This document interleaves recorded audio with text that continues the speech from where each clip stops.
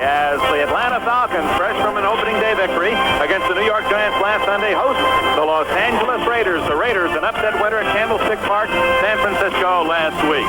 Hello, everyone. Dick Enberg with former NFL quarterback great Lenny Dawson.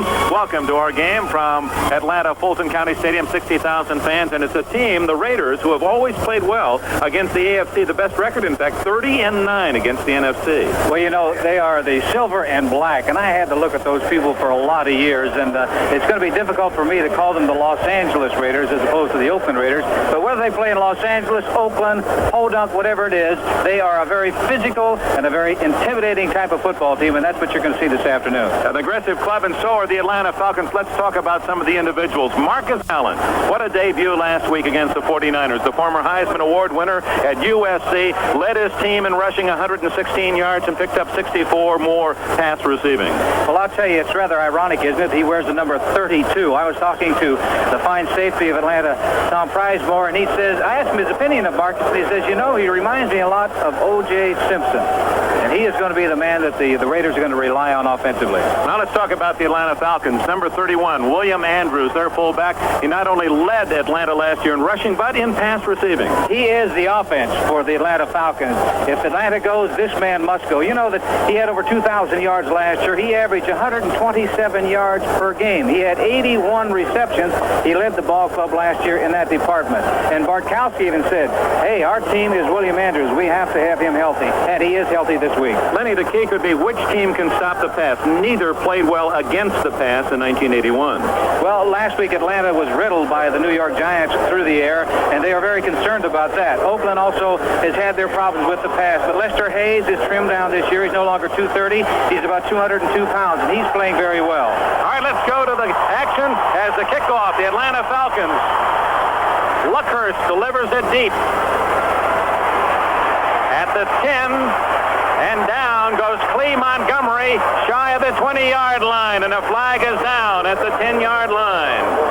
So Luckhurst of Atlanta kicking to Cleotha Montgomery, the younger brother of the Eagles' Wilbert Montgomery, and the Raiders will start deep in their own end after the penalty is marked off by Fred Silva. You know, Dick, earlier you and I were talking about field position. Pushing on the way.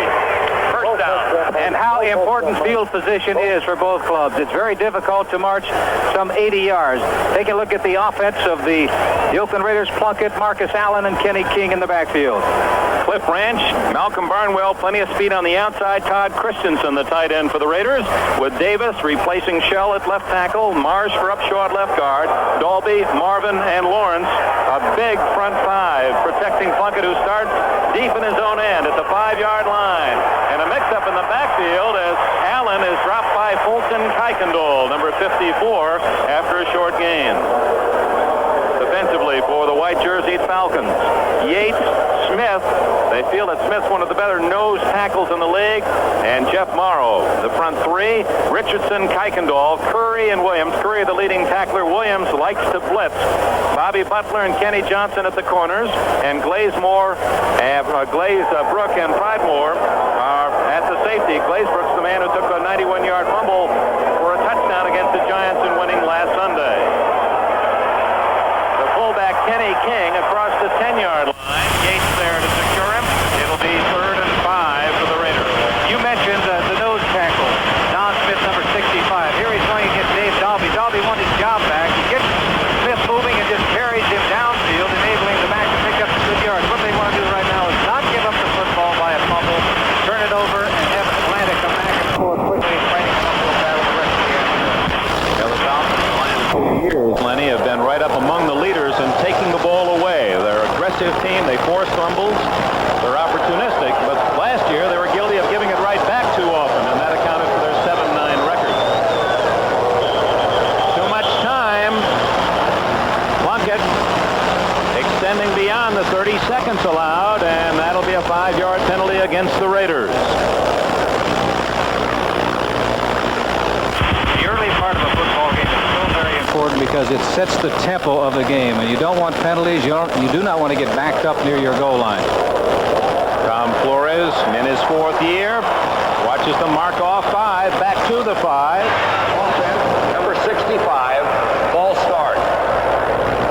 False start. The downfield actually gave the delay of game signal, so apparently they were right at that 30-second count as well.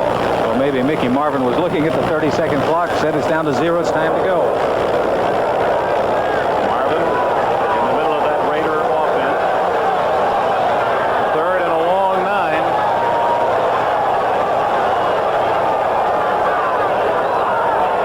Plunkett from his end zone. Up for grabs, and an alert Raider knocked it down rather than catching the ball. Coming back was Malcolm Barnwell, and rather than catching the ball, as his momentum was taking him into the end zone, he just knocked it down. Very fortunate that they did not get tackled in the end zone. That would have been 2 points against the Raiders. He's looking to go to his left side. He was actually looking for Marcus Allen. He just gets rid of it. Plunkett, no, he's in the end zone. He got to get rid of the football. If he's tackled back there, or they grab him and claim that they have possession, it's 2 points for Atlanta. Raymond Guy will kick from deep in his own end zone. Billy White Shoes Johnson was returned to the National Football League from the CFL. He stands at the Atlanta 48. Guy doing a good job of fielding the ball. The kick is short, and Johnson in Atlanta has the football at the 39-yard line, and a flag is down. 34-yard punt by Guy, but he saved 2 points. That one was aimed out of the end zone. They talk about punters and kickers. There are some very fine athletes who are kickers, and one of them is Ray Guy. Number 49, kicking team, illegally downfield. Billy Taylor releasing before the sound of that ball against Foot, as he was one of the interior men, but that'll be declined by the Atlanta Falcons, who take over at the 39-yard line. We apologize for the audio difficulties we're experiencing. We're working feverishly to correct that problem. Bartkowski with Kane and Andrews behind him. Jackson and Jenkins, the two Alfreds on the outside, and the tight end is Junior Miller. Lynn Kane drops for no gain. Lyle Alzado and Bob Nelson make the tackle. Atlanta's offensive line has Mike Ken. There's 3 Pro Bowlers in that group of 5. Ken, Van Note, and Thielman. Howell from USC moving in to replace Scott at left guard and Bryant at right tackle. Considered one of the better offensive lines in the National Football League. The problem for Atlanta has not been their offense. They've been very productive offensively. The problem has been on defense. Bartkowski last year threw for 30 touchdowns, but the Falcon defense gave up 30 touchdowns passing. And a time called by Bartkowski as he was having problems at the line of scrimmage. The defense for the Raiders, while we have a break, aligns itself this way, with Browning and Kinlaw, small and quick as defensive linemen go, and then the muscle from Alzado. Ted Hendricks, the All-Pro, went outside position. Millen and Nelson, the inside backers, with Rod Martin. They like to blitz him on the other outside. Lester Hayes, one of the best. Ted Watts at the other corner. Mike Davis back from an injury last year. And Burgess Owens, the safety man. They have a great deal of respect for Lester Hayes, and if they're going to work on the defensive back or cornerback, I think they're going to go over to number 41, Ted Watts' side. We understand we are still having some difficulties with our audio. We are endeavoring to correct that. We ask you to be patient with us. Bartkowski back to the line of scrimmage. Excellent field position to open this series for Atlanta. Just underway here in steamy Georgia. Ball at the 39-yard line. Whit'll be second down and almost the full 10. There's Bartkowski's numbers. Career 52%. In the last 4 years, he's improved his percentage each year from 50 to 53, 55.5, and then last year 55.7. All-American in California. 5 defensive backs. Jackson in motion. Junior Miller can't hold on at the 35-yard line. Ted Hendricks on the coverage. It'll be 3rd and 10. They went to one back in that case, and it was William Andrews, number 31, and he is very important to that football team. That time he did an excellent job of helping provide some protection for his quarterback, Steve Bartkowski. Falcons on 3rd and long. Bring in Floyd Hodge, a first-year wide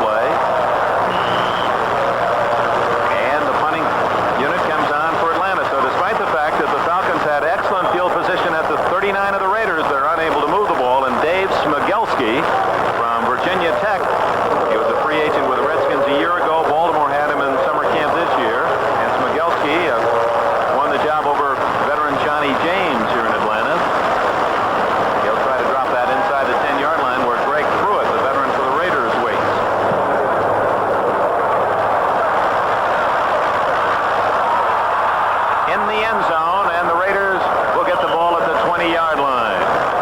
Timeout here in Atlanta, Georgia.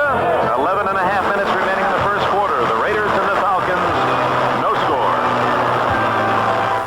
The Steelers to put the first points up. 6 plays, 71 yards. Payoff in. Bradshaw to Stallworth. It's a 7-0 game.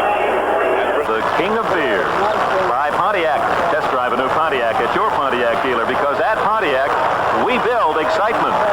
And by Atari, the leader in home video games for fun your whole family can share. From the 20, Plunkett. Raiders' second possession, going long for Branch. And well covered on the sidelines by Kenny Johnson, number 37. They were fighting for position, no flag.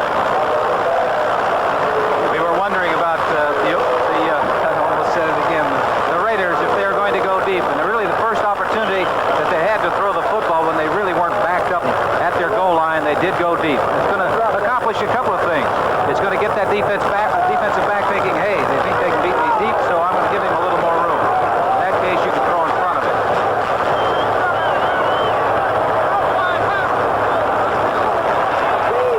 Out of the backfield, incomplete. Todd Christensen was the closest black shirt, but the pass was way off the mark. Al Richardson, number 56, pressuring Plunkett to throw early.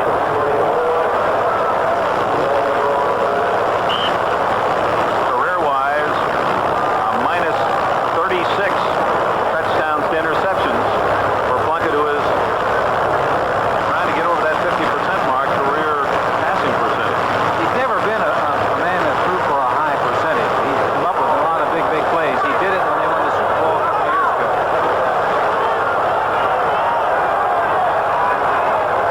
That's Allen in motion. 3rd and 10.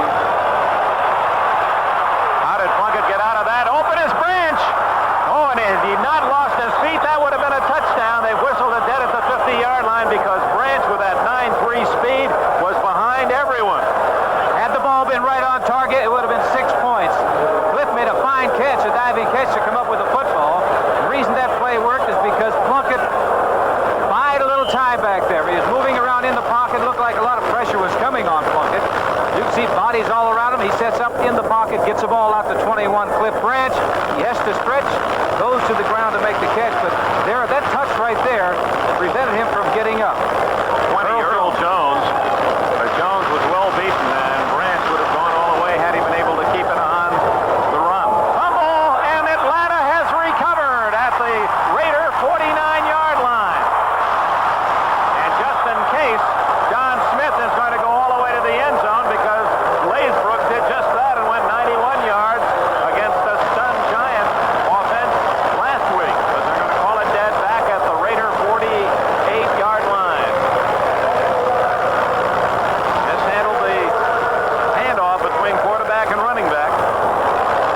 Dak never really got his hands on the play. 32. Marcus Allen, the ball looked like it hit too high up around the chest area as opposed to hitting him lower in the stomach area. Aiding and abetting the runner. It's first down. So a penalty against the Falcons of 10 yards. Now here comes the handoff. It should go right in the stomach of the ball carrier, but it hit him up around the chest. Now you see what happens here. They pick him up. His teammates literally pick him up. That's the 10-yard penalty. He didn't aid and abet the runner. They just got him on his feet. We'll be right back. No, they're not going to take the timeout. We'll stay right here. First down, incomplete. Intended for Junior Miller, and a flag goes down. A late flag.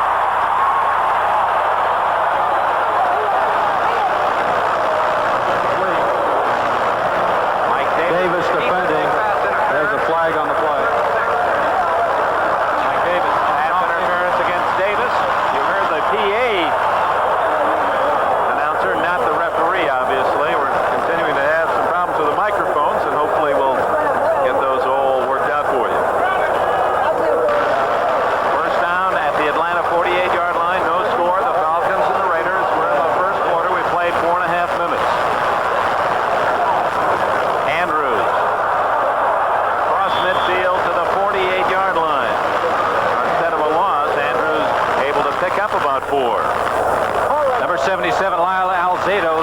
defensive right end of the Raiders got great penetration and forced Andrews to cut back. Actually, he made a fine run picking up 3 or 4 yards when he really wanted to go outside. Had he continued to go outside, they would have had a loss.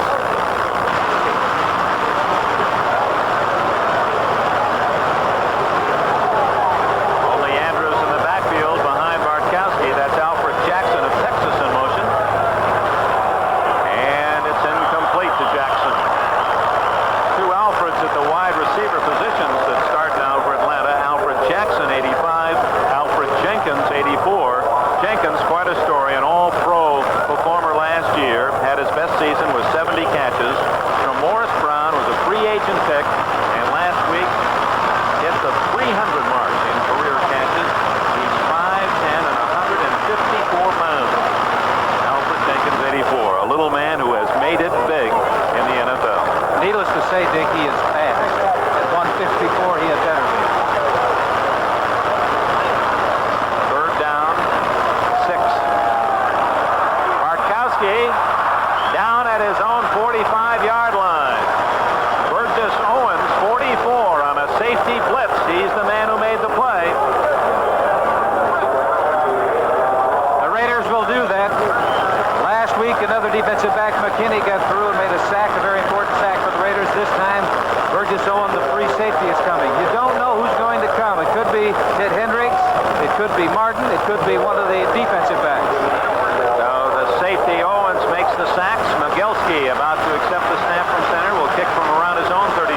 Greg Pruitt is back at the Raider 15.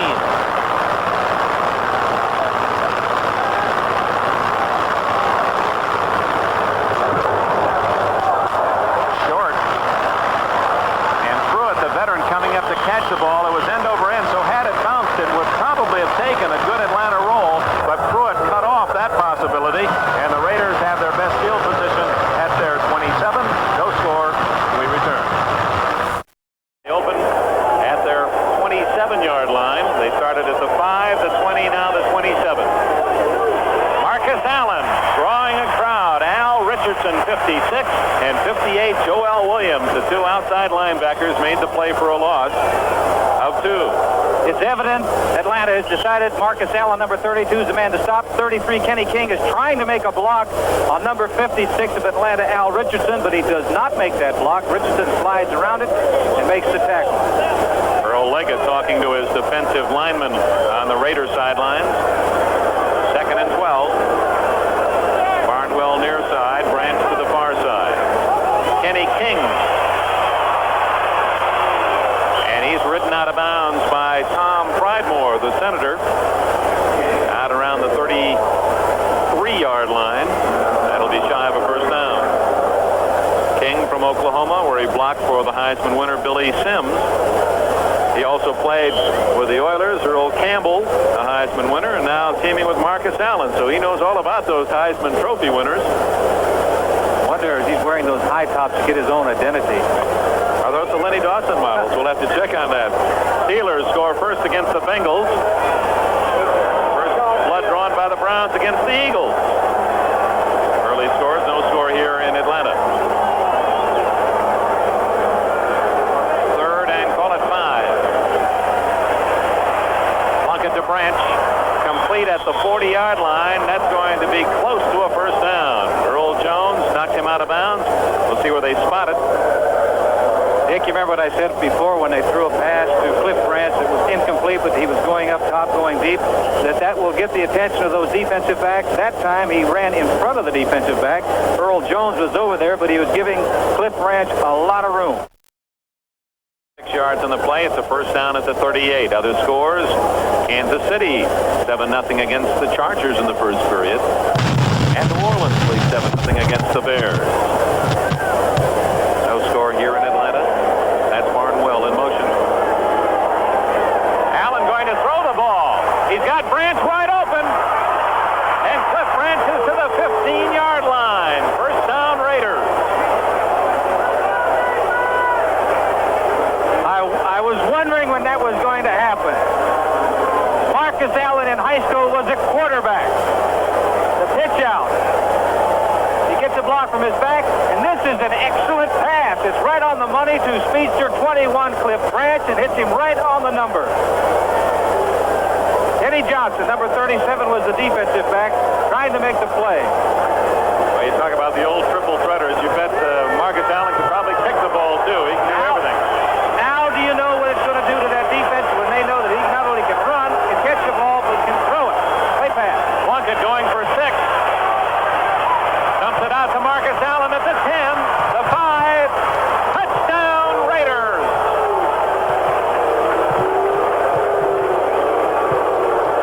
Marcus Allen catapulting into the end zone for the first score of the game. Jim Plunkett on that play pass was looking downfield, looking deep in the end zone for his wide receivers. They were not there. You can see 32. Marcus Allen makes a terrific block, knocks the man to the turf. That was Al Richardson. Now he's going to just jump into the end zone for the touchdown. A great play. 2 great plays by number 32, Marcus Allen. Here, Plunkett's looking all around. Now he's going to a man that he knows can do things on his own, and he can. Well, Marcus Allen had his first touchdown as a pro, rushing 3 yards last week against the 49ers. That's his first reception for a touchdown. He set it up with his own pass, 47 yards to Cliff Branch. Trent Barr tacks on the extra point. And here in Atlanta Stadium, 7 minutes and 9 seconds remaining in the first quarter. The Marcus Allen show is just about to get some raves in the South as the Raiders lead the Falcons 7-0.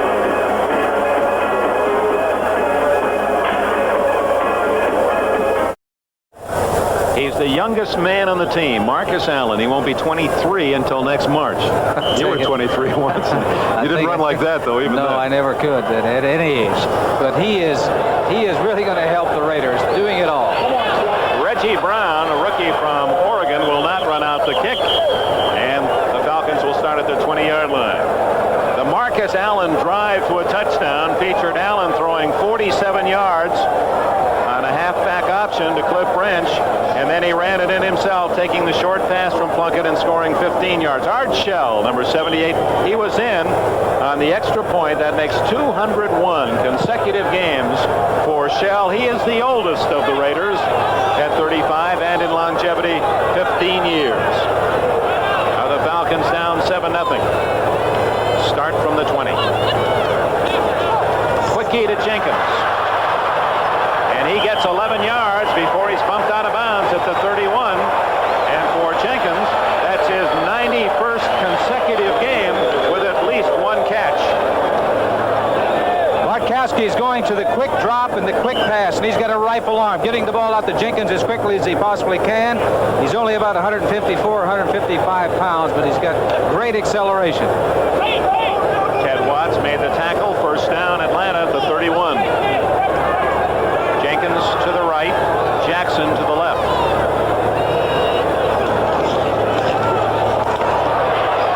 Lynn Kane getting about 6 yards on his first down carry. Kane, who played in the shadow of Heisman winner Charles White at the University of Southern California. He's been a solid back, 542 yards rushing last year.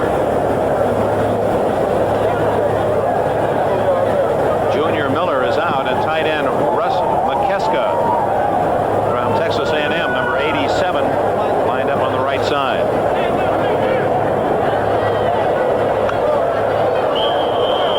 Flag now. Referee Silva calling illegal procedure.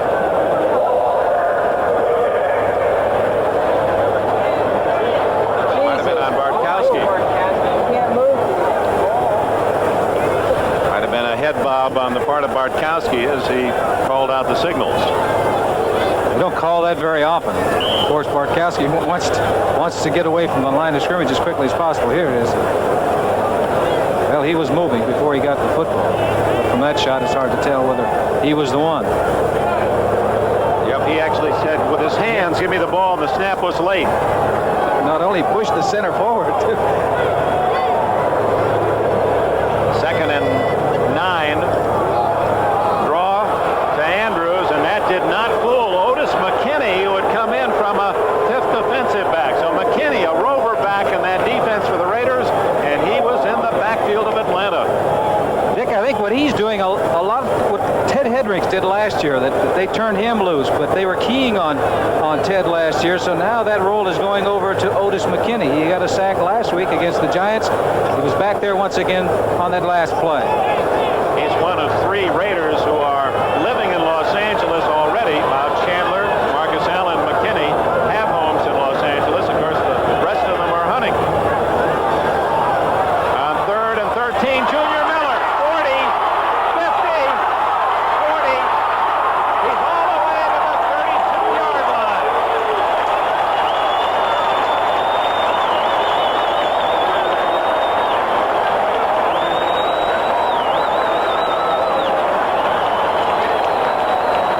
Junior Miller, the tight end with outstanding blocking ability and great speed.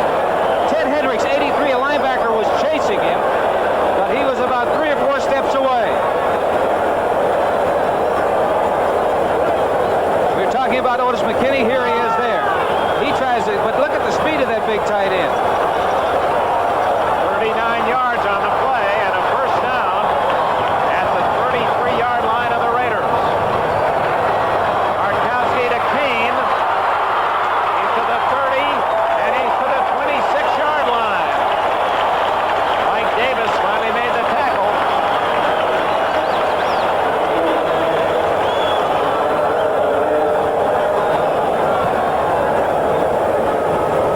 He made that on his own, Dick. Burgess Owens, the safety, had a shot at him deep in the backfield, but he broke that tackle and picked up 7 yards.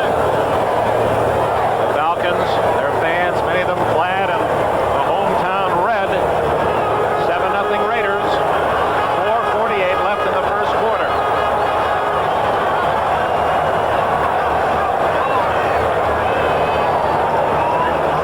William Andrews. Spun down inside the 25-yard line by Reggie Kinlaw. Played at Oklahoma, and Bob Nelson, who opposed him at Nebraska. Dick, I think regardless of how great a back is, you have to have that blocking up front to provide a lane. That time Andrews did not have it. Got good penetration by the linebackers. 51, Bob Nelson come through there. Alters his course. Right there is Nelson. 62, Kinlaw coming up right behind.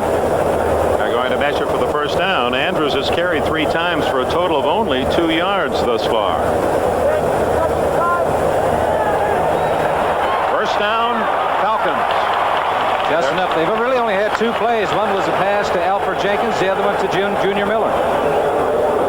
7-0 on a 15-yard pass. Plunkett to Marcus Allen. The Raiders have the lead here in the first quarter. The Falcons' deepest penetration. The ball is just inside the Raider 24-yard line.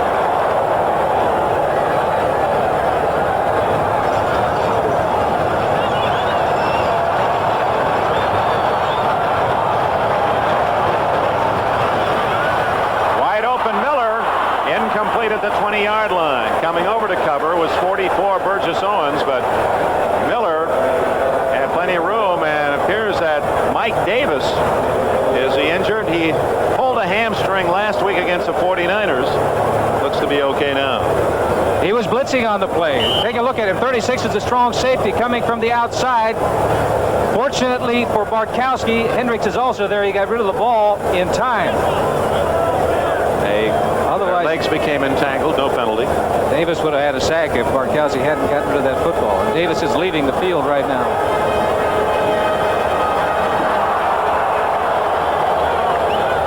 Kenny Hill, 48, replacing Davis.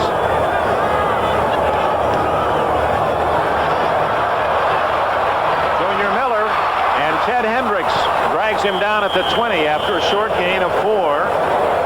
It'll be 3rd down and 6 for Atlanta. Big play coming up for the Falcons.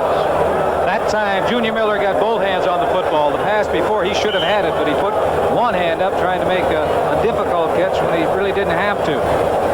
Great college player at the University of Nebraska. He was the #1 draft pick of Atlanta in 1980. And he's also an outstanding blocker. Besides being able to catch the football. Jackson to the right. Hodge and Jenkins to the left.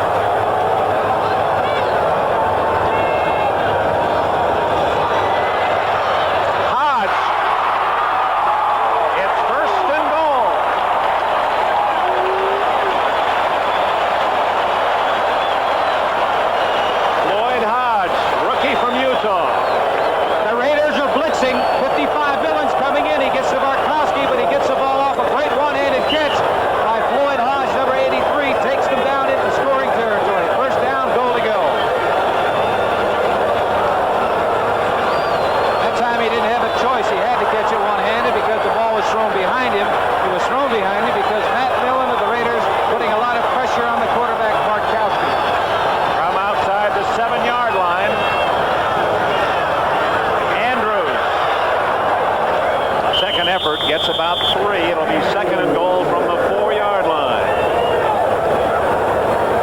talking to the Raiders about the offense of Atlanta, they said they really don't do anything fancy. It's just basic plays. You know what's coming most of the time. The problem is stopping them. It's always the case when you get inside the 5-yard line. You don't trick people too often. Art Kowski on occasion likes to use that play action down there and a quick toss. This is the 11th play of the drive.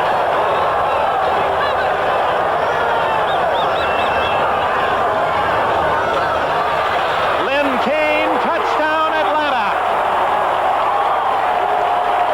The players say touchdown.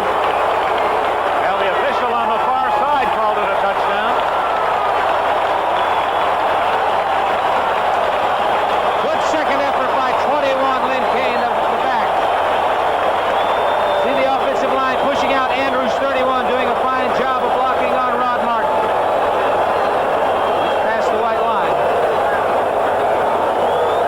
There's still a discussion down on the goal line as the officials now indicate apparently that it was a touchdown, but we'll see. The official on the far side, the linesman, indicated touchdown.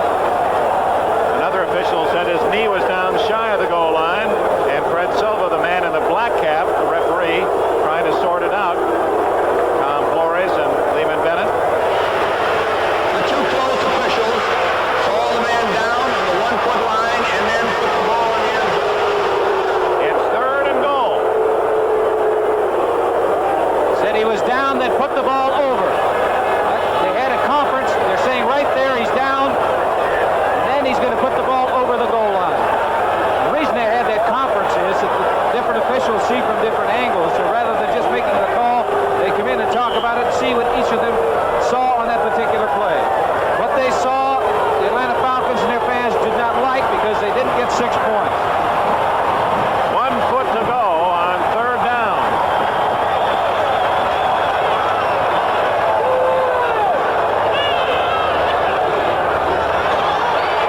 Touchdown, Andrews.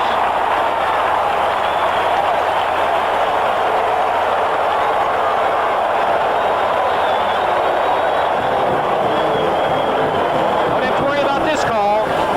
31 Andrews is in there. Straight ahead, you can see that Millen's coming up over the top behind the blocking of their all-pro 78 Mike Ken and the young man Pat Powell, who's taken over the starting left guard position, Scott. Good block also by McKeska, who was bookending the line, the second tight end. Kane got a good block too because Matt Millen, the linebacker, came flying over the pile and Kane just got in his face. Mick Luckhurst ties it up with the extra point. 12 plays, 80 yards for the Falcons. The score by Andrews, and we're even at 7 in Georgia. And here it's Mick Luckhurst kicking off for Atlanta. Lee Montgomery at the goal line for the Raiders. 10. Down hard at the 19-yard line. Now again, the Raiders start a possession deep in their own end. They've got at the 5, the 20, the 27, and they start this time from inside the 20. There are the numbers on the Atlanta drive to a tying touchdown with William Andrews scoring from a foot out to cap the 80-yard drive. Junior Miller was very instrumental in that drive, coming up with 2 big catches. And there he is, the heart of the offense, really, the Atlanta Falcons. William Andrews, number 31. Blocking back in college was not known. He was blocking for Joe Cribbs and James Brooks. It's interesting that that was also the role early for Marcus Allen and for Kenny King, who now team in the Raider backfield. This is Hawkins, Frank Hawkins, little gain, maybe a yard. Bob Glazebrook, number 36, coming up from a safety to help out Fulton Kuykendall. Both of these teams do exceptionally well against the run. Their problems have been in the throwing department, as was evident in how both teams scored. Cliff Branch came up with a good long catch from Marcus Allen, and then Allen taking it in on a pass. And Junior Miller was instrumental in getting Atlanta down in scoring position. So I look for the Raiders to put it in the air.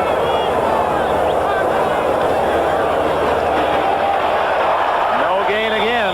Marcus Allen, covered by white jerseys. Jeff Yates, 79, spearheaded the charge.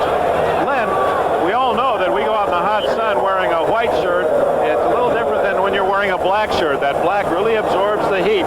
And you wonder what it's going to do to the Raiders when we get down to the fourth quarter today. It's going to take its toll. I think you'll see that the players who are playing in the ball game will go to the sidelines and they will sit on the bench. They won't be standing on the sidelines like so many of them are right now.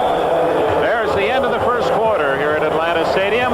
The Raiders scored on a touchdown pass Plunkett to Marcus Allen, and William Andrews coming back to score from 1 yard out to tie it for Atlanta. We go to the second period.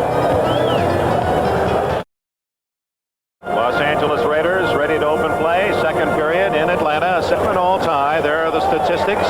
The Raiders having the advantage numerically.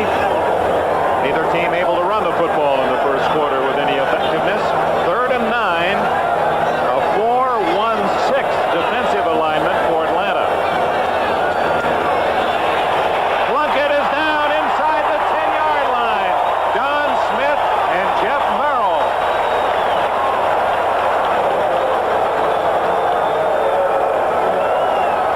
Plunkett is going back, hoping to get time, but nothing. Look at number 75, Jeff Merrill.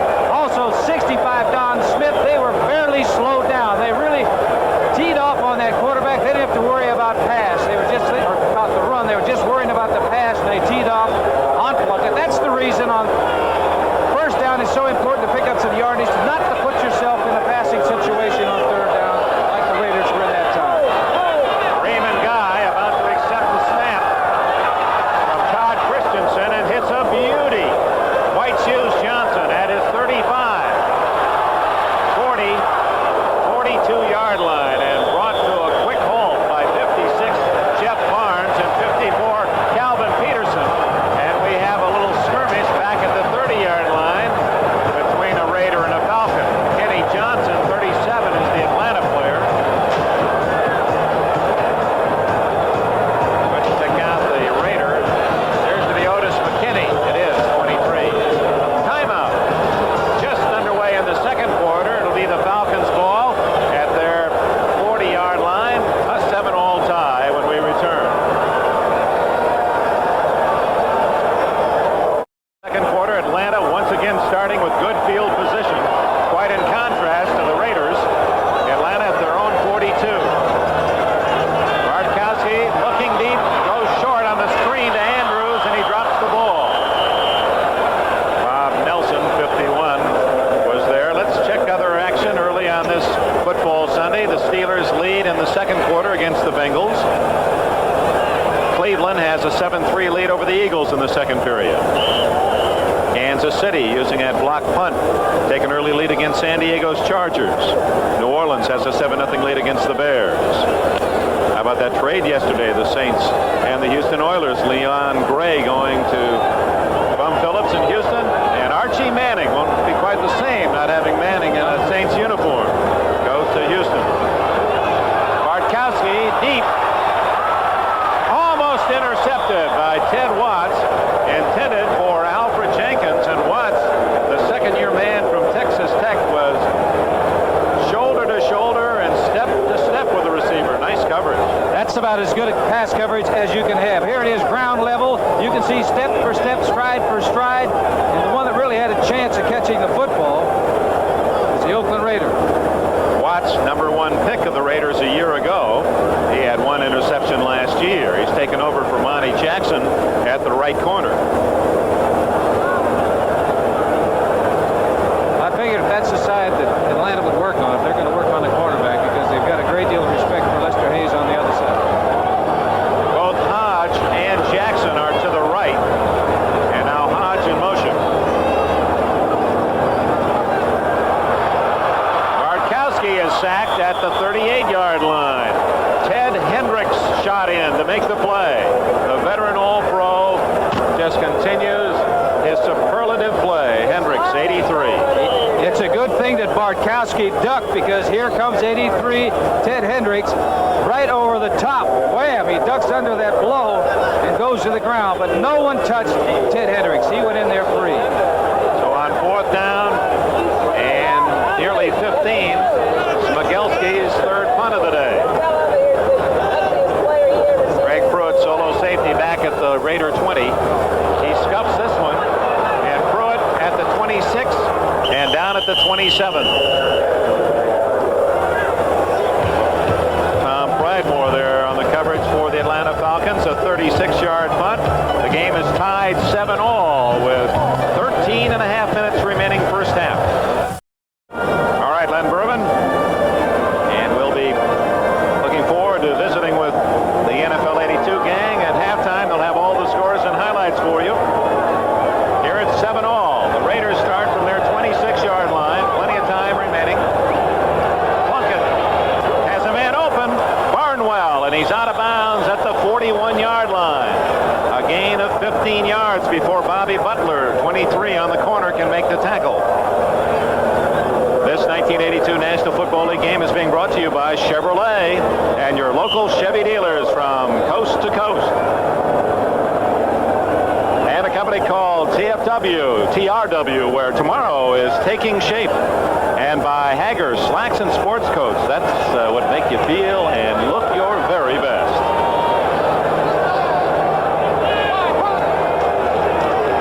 Plunkett on first down, going deep again to Barnwell. And he has it at the 32-yard line of Atlanta. Malcolm Barnwell, Virginia Union. Back-to-back receptions. And if Plunkett had kept that ball to the inside where he didn't have to worry about going out of bounds and making the catch, that would have been 6 points. They threw in front of Butler the play before. Now they're throwing over his head. 15 yards, 28 yards. They weren't doing anything on the ground. The Raiders were not, so they had to start putting that ball up in the air. And that's where Atlanta's had their problems. Barnwell has caught passes back-to-back 15 yards and now 28 yards. Here's Marcus Allen. Fine play by 79 Jeff Yates, just as Allen was about to kick free in the secondary. And Marcus Allen made a nice move. Did you see that? Sliding through and gliding through that hole, finding it. He has the ability, when he runs with his head up, to take a look and see what is developing in front of him. He has that quickness to make in quick feet, whatever the natural ability that you have, get to the open spot.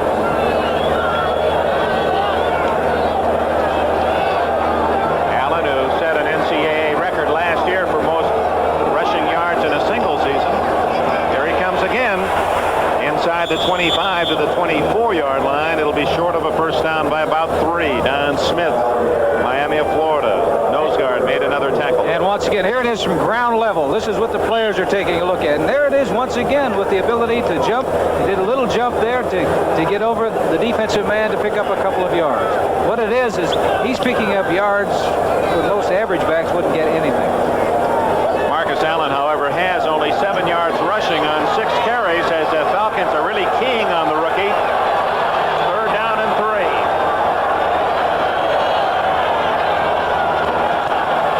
Flag down. That's Allen open. Touchdown, but I believe Barnwell was heading upfield before the snap. Malcolm Barnwell, number 80, it appeared was going upfield before the snap. We'll check the penalty. Regardless of what happens. Now that is a play you generally don't put in your book in that area for a rookie running back, because he had to go through the defensive line, through the linebackers in the secondary to make that move deep in the corner. Here it is, Plunkett stepping up. 32, Marcus Allen making the catch in the end zone. It appeared Todd Christensen, 46, set up an illegal pick. That was the illegal use of the hands. And it was indeed Barnwell in motion. You saw the backfield in motion signal as well. Offensive pass interference, number 46, number 80, motion, refused, fourth down. So on 4th down and 3, Allen does not have his second touchdown. And the Raiders, caught off guard, didn't realize that it was going to be 4th down. And they don't have their kicking team on, and they're going to have to call a timeout.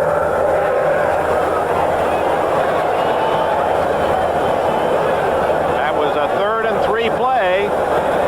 And the Raiders they have to take the penalty. If they refuse the penalty, they have to give them a touchdown. So it is 3rd down. Well, the officials do mark it off. I thought, beginning with, I was imagining Marcus Allen catching the ball. Brett Silva getting that squared away. So it is 3rd down.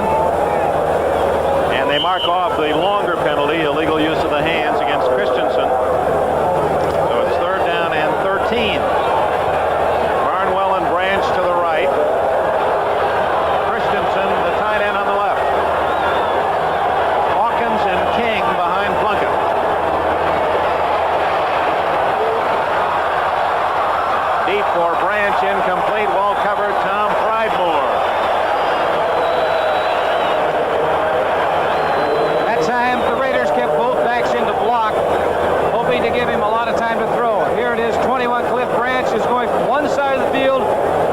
to the other side of the field. Can't catch the ball that way. Plunkett didn't get the ball out far enough so he can run under. Nice anticipation on the coverage by Pridemore. He made the move almost as if he knew where Branch was going. Well, he knows that he can't run with him step for step. A long try by Barr of over 51 yards. Chris Barr, his longest ever is 55, and he's kicking from the dirt. It is off the upright. No good. It hit the right upright.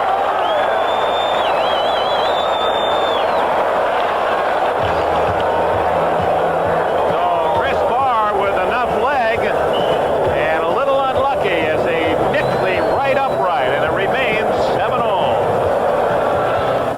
Barr, who connected on 3 consecutive field goals against the 49ers, 41, 42, and 43 yards, just misses from 51 yards as he hit the upright. Gerald Riggs in the backfield for the first time for Atlanta, their #1 draft pick, and Bo Robinson, 33, the other back. This is Riggs, 42, and he is hammered, stays on his feet, and fights for yardage to the 39. Riggs is the fastest man on the Atlanta team and weighs 230 pounds. And if he hadn't weighed that much, he would have come down at the hands of Bob Nelson, number 51, the linebacker for the Raiders. Looked like he had a clean shot at him, hit him full go. Riggs bounced off him and picked up a couple of yards. Picked up 5 yards when he should have gained none. Ball at the 39, 2nd and 5.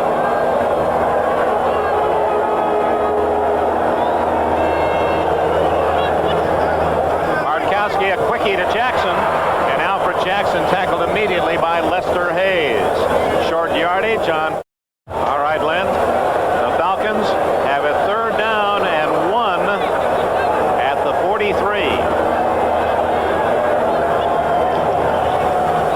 Riggs.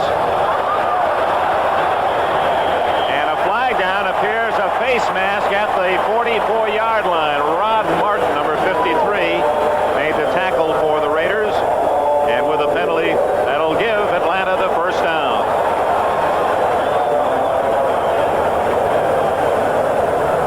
Well, Fred Silva will mark off the 5 yards out to the 49-yard line and a 1st down.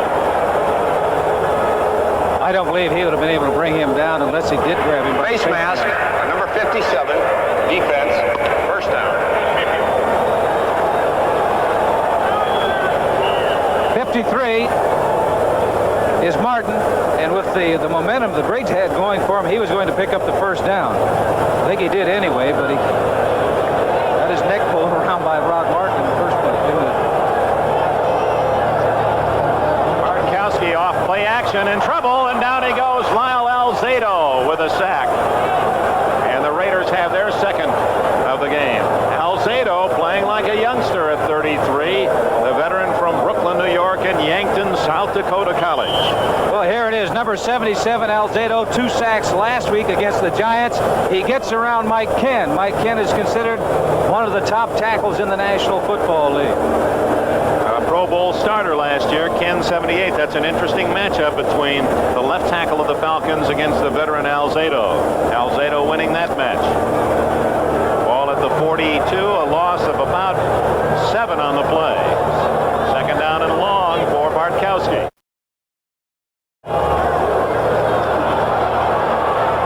Intercepted. Rod Martin returns it to the Atlanta 49, and the turnover goes to the Raiders. Too high, a bad pass by Bartkowski. He was looking for his tight end, Junior Miller. He threw it too high over his outstretched hands right into the stomach. The linebacker, number 53, Rod Martin. Here it is. You can see it right now. Right into his stomach. Now, did the sack by Lyle Alzado have anything to do with Bartkowski getting rid of that ball quicker than he wants to? I'd have to say yes. Good point. Martin with his first interception this year. He only has 4 now career interceptions, which is interesting in that he got 3 in the Super Bowl and had only 3 all the rest of his career. He picked the right time, didn't he, to get the 3? From Southern California, one of the many former Trojans that Al Davis has selected in the draft to play for the Raiders through the years. He's quite a story and gives hope to those rookie, was released by the Raiders. He was signed by San Francisco, released by the 49ers, re-signed by the Raiders, and now has become not only a starter, but a fine defensive player. Let's pause briefly for station identification. This is the NBC television network. Richard Dawson keeps it going on Family Feud, weeknights at 7:30 on KNBC Los Angeles.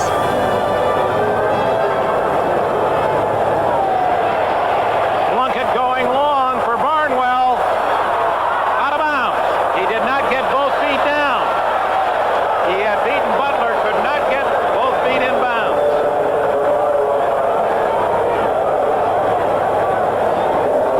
Talking to the Raiders, Cliff Branch asking if they thought they were going to go deep. He says, yeah, we think maybe we're going to attempt it. Number 80, here you see him in motion. As Barnwell, stride for stride with Butler. Now he accelerates a little bit, does make the catch, but you can see his left foot did not come down in bounds.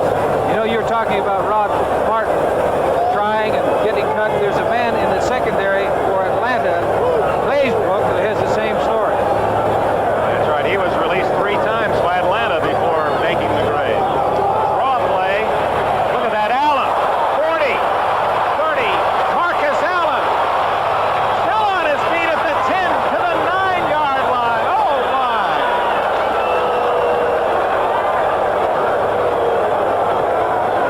41 yards. Did you see him change direction? He has it. He has that ability. Number 32, Marcus Allen. We could go from 180 yards. Here it is. Now watch this move right there. Stopped, sees the opening. That's what I was saying, that he could see what's going on. He just sidestepped Richardson, the linebacker. Now 80 is Barnwell down there getting in front of that defensive back, Butler. Now he's going to stop, try to make a move and spin out. He does get tackled by Pidemore and Johnson. What an outstanding run by this young rookie from USC. First and goal at the 9. Billy Taylor, the former New York Giant, 6 feet, 210-pounder. His first carry as a Los Angeles Raider, and he takes the ball down to about the 6-yard line. Second and goal. There are some players that runners that have the ability to take a look and they can see what's happening and developing in front of them, and they can stop and make a move and they can accelerate in a hurry. Marcus Allen is that type of player. They gave Allen a breather on first down, and Marcus Allen is back into the game. Branch to the right. Hawkins and Allen behind Plunkett on second and goal from the 6. Fumble! And I believe the Raiders, Bruce Davis, fell on the ball. Kenny Johnson, the cornerback, came in free to sack Plunkett and force the fumble, and it took a Raider bounce into the arms of the tackle, Bruce Davis, 79. Taking something out of the playbook of the Raiders, number 37. You see him at the right of your screen right now. Taylor Johnson, nobody touches him. Plunkett does not have a chance. The ball goes down, but fortunately they have their big tackle, Bruce Davis, number 79, recovering the ball. That's the situation down there where you go back in the pocket and they're blitzing defensive backs. You're taking a chance on the blocking because you generally don't have enough men to block the defensive people coming. From the 13-yard line, third and goal. Out he goes again. Mike Perko, number 71, a rookie from Utah State, and Don Smith from Miami make the play, and Tom Flores' Raiders will have to settle for a field goal try. For Atlanta, their defensive unit looked like that they were in deep trouble, maybe going to give up a touchdown. The last 2 plays, sacking the quarterback, putting them in a position where they're going to attempt a field goal. Barr, who just did miss from 51 yards when he had to kick off the dirt, will have much better footing as he attempts a 35-yard field goal that would break the tie. He's got it, and he almost skidded it off the pole again. The Raiders on a 41-yard run by Marcus Allen to set up a 35-yard field goal. LA 10-7. Raiders leading here in Atlanta 10-7 with 7 minutes and a second left in the second quarter. Barr kicks it off.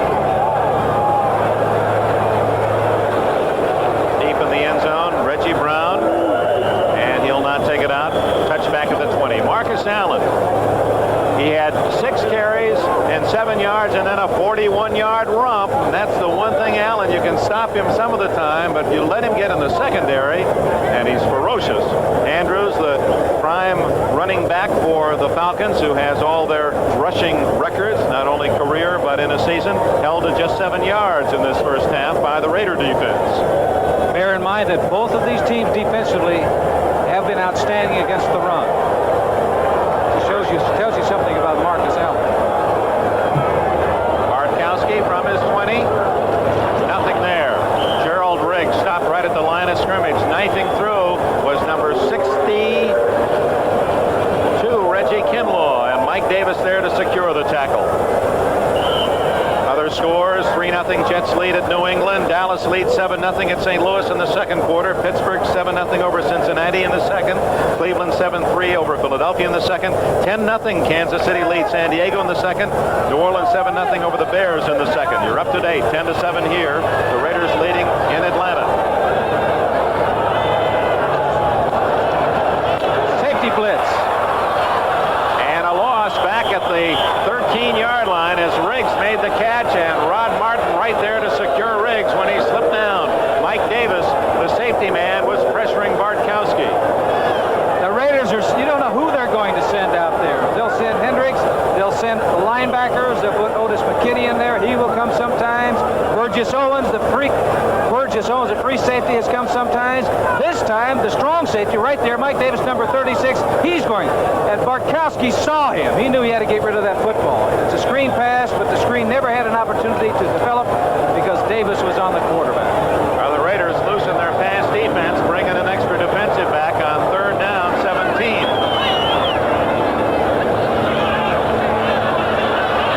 He's in trouble again, gets it away, and Bo Robinson is nailed immediately at about the 12-yard line, a loss of a yard as Rod Martin made the tackle. Alzado had Bartkowski and was making the tackle as Bartkowski unloaded the ball. Maybe Alzado hasn't heard that Mike Ken is one of the top offensive tackles in the league because he has beaten Mike Ken about 3 times. That time it was his sheer power, overpowering, getting by Mike Ken and getting to the quarterback. He did get rid of the football, but just as soon as he released it, Alzado was there. Smogelski has not kicked well in this first half, and he's under some pressure as he'll be booting this one from around his own goal line.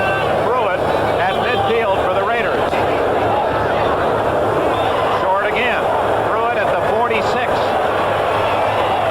And he dances to about the 42, and a flag is down. We may have holding against the Raiders.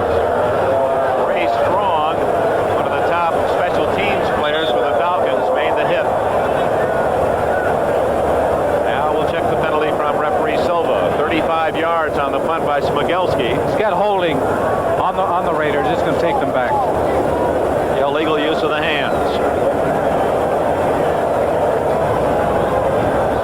When we return, it'll be the Raiders' ball at their own 45-yard line and a 3-point lead. Rather significant advantage. The Raiders moving the ball more effectively in this first half than the Falcons, yet they lead only 10-7. 4.5 minutes remaining before halftime.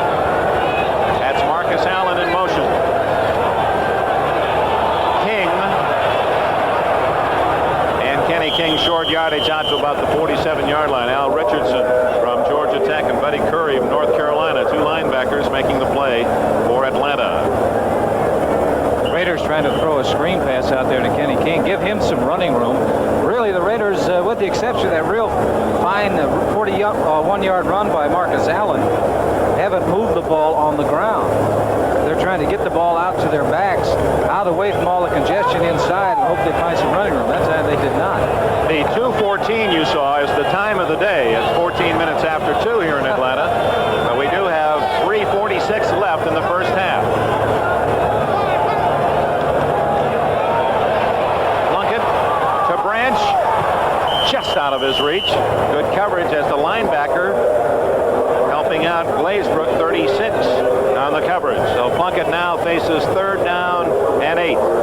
He had Branch out there. Had the ball been thrown well, Branch did have a step or two on the defensive back. Plunkett's numbers as they were last week, hitting exactly 50%. He was 10 for 20 against the 49ers, a touchdown and 2 interceptions, and he's 50% again today. NFL 82, Len Berman, that fine crew will have all the scores and highlights for you, special features at halftime, so stay with us here on NBC.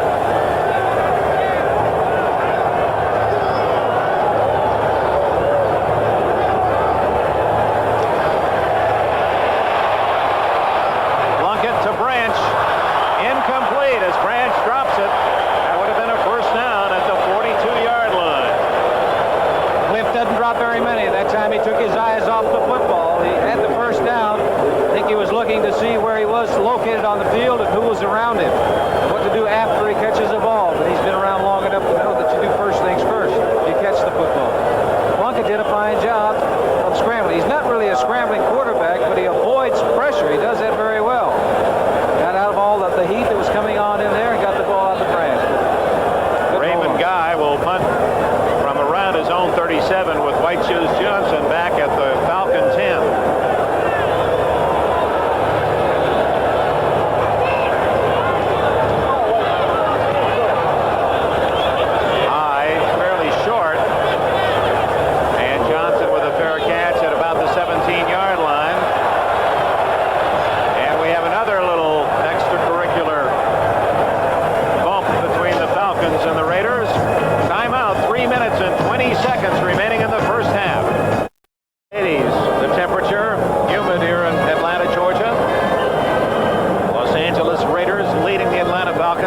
Ball at the 17-yard line. Number 33, Bull Robinson, and number 42, Gerald Riggs, the new tandem of running backs behind Bartkowski. Down the middle and open is Jenkins. He's at the 35, 45, 40, out of bounds at the Raider 35-yard line.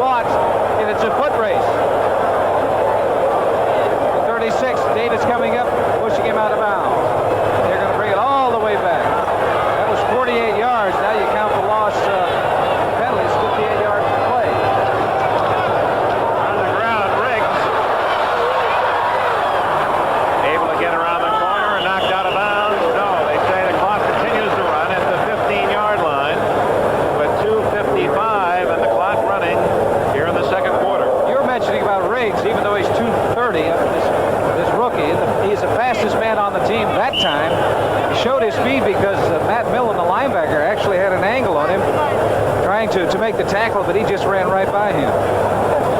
Second down and 11.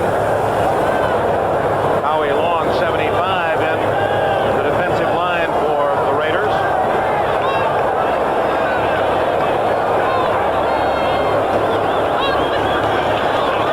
Quickie to Alfred Jackson, and he's out of bounds at the 23-yard line. That'll be short of a first down. Let's go down the scores elsewhere. The Jets now lead New England 10-0 in the second period.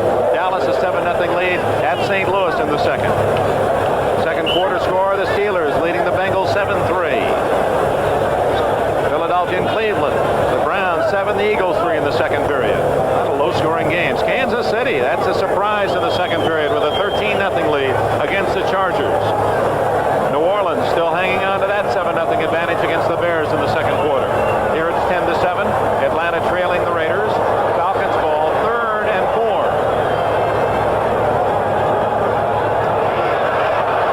Knocked down at the line of scrimmage, and he had Miller open, but one of the Raiders up front able to bat the ball down. It appeared to be Kinlaw. I believe you're right, Dick. Kinlaw got a little bit of penetration, not that much, but he was throwing right over the line of scrimmage, hoping to hit his man coming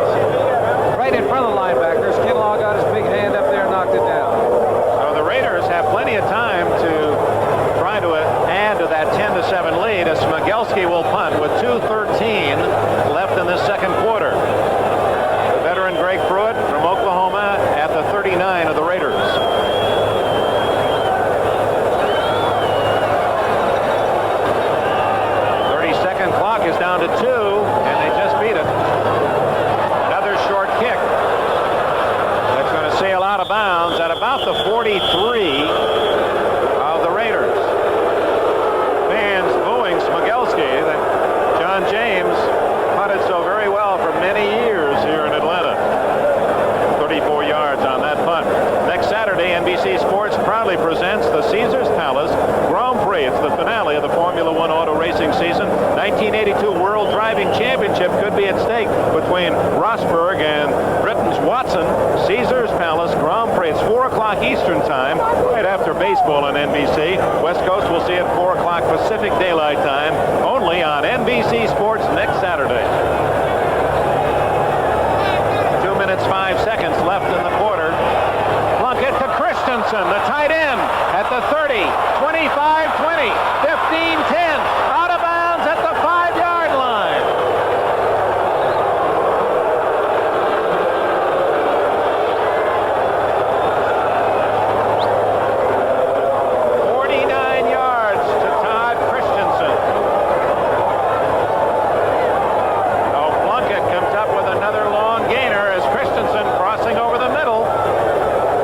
Perfect pass by Plunkett. He threw it right over two of the Atlanta's defensive players. 2-minute warning given at 1:54 left in the quarter, and the Raiders knocking on the door with a chance to add to their 3-point lead. By the National Football League. They spot the ball on the 4-yard line. So credit Todd Christensen with a 50-yard reception and run from Jim Plunkett. So Plunkett at 50%, but getting some long gainers. And the Raiders with a 10-7 lead have it first and goal outside the Falcon 4-yard line. First and goal. This is a great time. If you're going to throw the ball, this is the down to throw it on. First down, because the defense wants to dig in to make sure you don't get in the yardage here on the inside the 5-yard line. And he's got Marcus Allen in that backfield who not only can catch the ball, but he can throw it. That's Derek Jensen in motion. They give it to Marcus Allen, and he has a touchdown. Now there again, it looks simple enough, but Allen, as he ran to his left, was just setting up the defense, waiting for the defense to tell him where to cut. And he's utilizing his blocking, too. He doesn't just take off around the left side. We've got Kurt Marsh, number 60, coming out here, making a good block. He's the lower left part of your screen. There it is, what we're talking about. He sees the opening. He jumps over some people, gets into the end zone. Here it is again. You're taking a look at it once again. See, he's looking with his head up, reading what's going on out there. Now Allen has scored both the Raider touchdowns, one on a 15-yard pass reception and run. Barrs try for point. He is good. So Marcus Allen has thrown a 47-yard pass. He has caught a 15-yard pass for a touchdown. He has scored on that 4-yard run. And he has also reeled off another brilliant run of 41 yards to set up a field goal. The Raiders now lead here in Atlanta 17-7, and it took them only 17 seconds to score on that touchdown drive. Next week, NBC and the NFL return with a doubleheader of NFL action. Complete rundown of all the inside league stories. NFL 82 continues with 2 big games. Look at the early games next Sunday. Miami, Green Bay. Many of you will get that one. Denver, New Orleans. The Bills at Houston, and Seattle, New England. And it'll be our pleasure to be in San Diego to see the Raiders and the Chargers. Some of you will get the Jets in Baltimore, strike permitting. Our emergency plan, Edmonton and Calgary. I'm brushing up on the Eskimos just in case. Let's hope that the owners and players can resolve their difficulties. Tuesday, the announcement. Do you think they'll go on strike, Lenny? What are your feelings? I say that unless something happens within the next day, yes, they will. They've committed themselves. They've said that we are going to, and I can't see if the players say that we're going to go out on strike and nothing happens, them not going out. Barr kicks it off. Plenty of time yet for the Falcons. 1:48. Barr with a good kick to Brown, and the rookie from Oregon again has to take the touchback. 17-7, the Los Angeles Raiders leading the Falcons, and now Steve Bartkowski, 8-year veteran from California, brings his offense onto the field. Lynn Kane and William Andrews will be his running backs, with the Alfred boys, Jackson and Jenkins, at wide receiver, and Junior Miller, the tight end. Bartkowski was an outstanding baseball prospect in college, a home run hitting catcher with the Bears at California. His dad, Roman Bartkowski, was a minor league pitcher in the Chicago Cubs organization.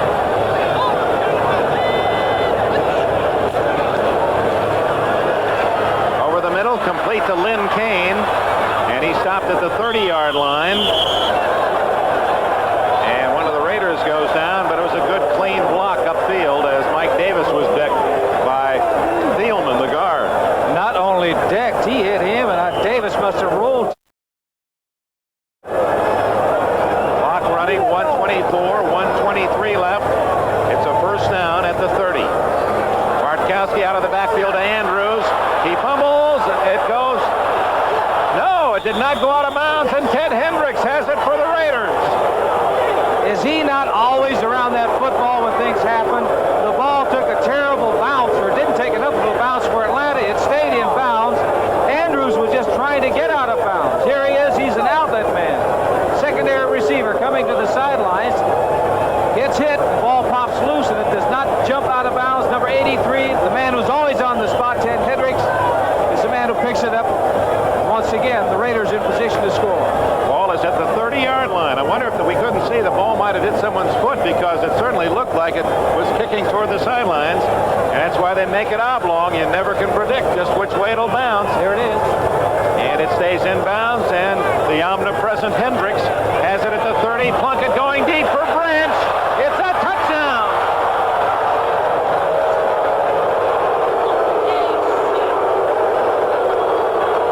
The Los Angeles Raiders have scored in 17 seconds, and I believe that drive took about 7 seconds. So they have 14 points in 24 seconds.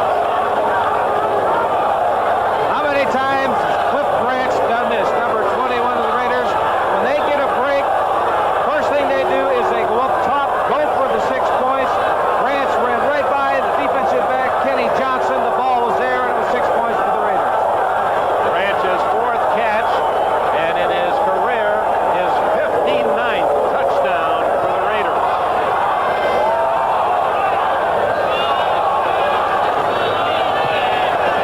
Flags are down. Barr's kick is right through the middle. We'll check the penalties.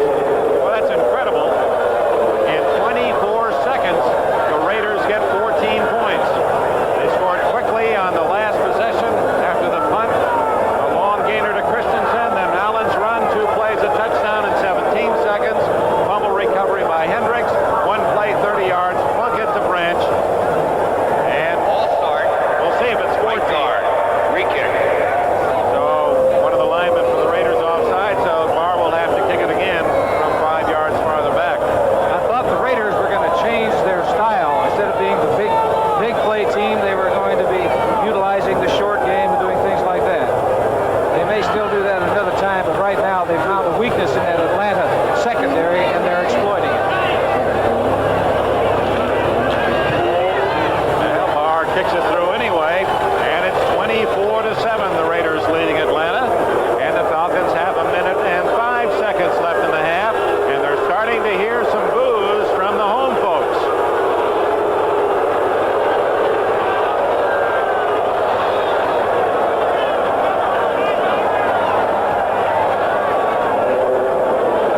Like lightning, 7 seconds for Branch to cover the distance on the Plunkett touchdown throw. Or that is almost, you can almost put that in the book. Every time you get a turnover, somebody better be on Branch deep. He's going to be going upfield. He's going to be flying. They've done that so many times. Because what happens, you get a team that is confused after giving over a turnover. And you mentioned turnovers a couple of years ago, 2 years ago. Atlanta was leading the league in taking the ball away from the opposition. It wasn't that case last year, and it has been that case this afternoon. Oh, Barr will kick it off, and it may well be Lehman Bennett saying the Raiders score so easily and so quickly, he might just run out the half and reorganize at the intermission. Do you want to hurry up and try to get a 3 or a 7 here and make another mistake? Depends on where they get the ball. They've got to try to get something going to get regrouped. Reggie Brown deep. Barr is really kicking the ball. Brown going to take it out. Could be a mistake. 10. And he gets it to the 18-yard line. Jack Squirick, rookie from Illinois, made the tackle for the Raiders. It's a mistake when you hesitate like he did in the end zone on that kickoff. Either you're going to go or you're not going to go. You don't catch it and hesitate and then make a decision.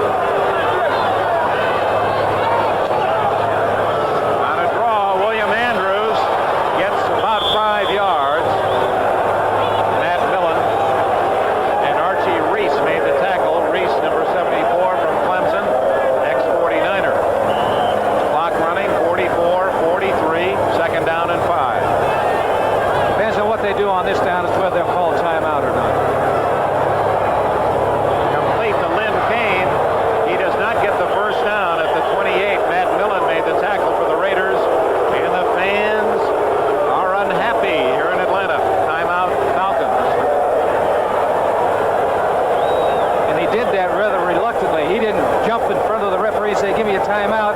It was kind of, well, I'll take a timeout. Lehman Bennett, 44-year-old head man of the Falcons. They were 7-9 last year after a playoff year in 1980 when they won 12 and lost only 4. Bennett has brought a winning pattern to the Falcons. He is a winning coach coming into this season, 42-39 in his 5 years. Former assistant under Chuck Knox with the Rams. He also was an assistant with the Lions and Cardinals, and in the colleges, Kentucky, his alma mater, Pittsburgh, Cincinnati, the Naval Academy. He did his homework.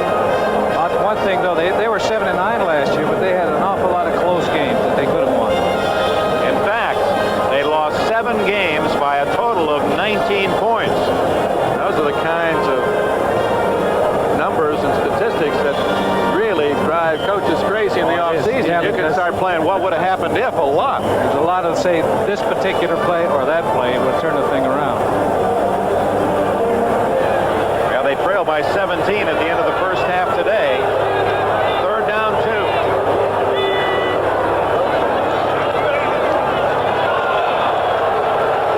They get a first down across the 30-yard line and call time with 23 seconds left. Len Kane gaining about 5 yards on that carry.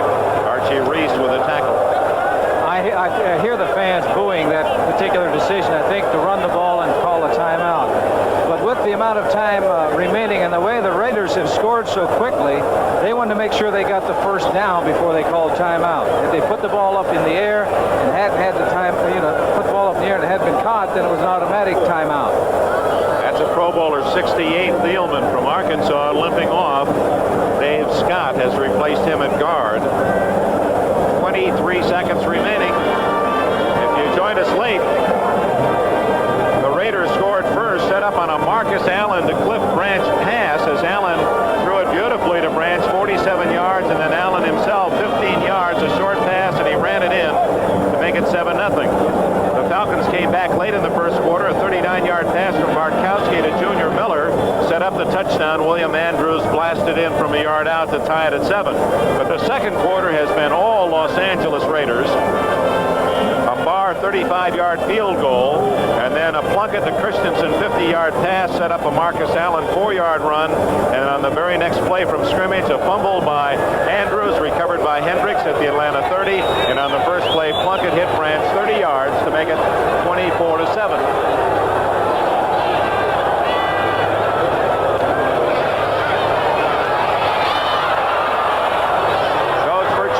Incomplete at the Raider 46-yard line.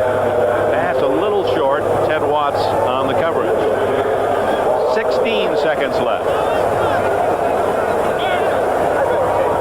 Last play, just 3 of the Raiders rushing Bartkowski, but they still applied enough pressure that he had to scramble around back there and wasn't able to get the footing that he wanted to fire that ball. And even so, you can tell the type of rifle arm that Bartkowski has. He was falling away and fired that ball out there on the line. 2nd and 10, time running out. First half, 16 seconds. Stay tuned now. NFL 82.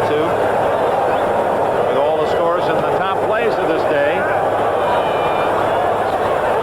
Over the middle to Lynn Kane. Tackled immediately at the 41-yard line. 8 seconds, 7 seconds. That's probably going to be it. 4. And they don't get the play off. That's the end of the first half. The Raiders and Falcons were even at 7 at the end of the first quarter, but 17 unanswered points by the visitors from Los Angeles, and at the intermission, 24-7 LA at the end of the first half. 24-7, the Los Angeles Raiders leading here in Atlanta at the intermission. Dick Enberg with Len Dawson. And the Raiders passed for more than 200 yards that first half. That figures out at 400 plus, and the Falcons again having trouble stopping the pass. Well, last week they had problems against the Giants. The Raiders were looking at that game film and talking to Cliff Branch before this ball game. I asked him, are you going to go deep? And he gave me a lot of stuff about how good the defensive backs were with the Atlanta Falcons. But he said, yes, we are going to test them deep. Marcus Allen, you've had a chance chance to see him a half now in person? Well, I saw him in college, and this is different in pro ball, but he is an amazing player because he has that gift, as you're taking a look now, to take a look and to see where things are happening, find his slot, and he gets into it in a hurry. He makes the right moves at the right time, and you really can't teach anyone that. And Marcus Allen fired a 47-yard pass just to show everyone here in the South that he is the complete player. So it's 24-7 at the halftime in Atlanta. Now let's go to New York. At halftime, the Raiders leading Atlanta 24-7. Let's relive some of the top moments of the first half. It looks like a Marcus Allen show. Look at the pass thrown by Allen. The former high school quarterback hits Cliff Branch on the numbers. 47 yards to set up a touchdown that Marcus Allen scores himself on this short pass from Plunkett.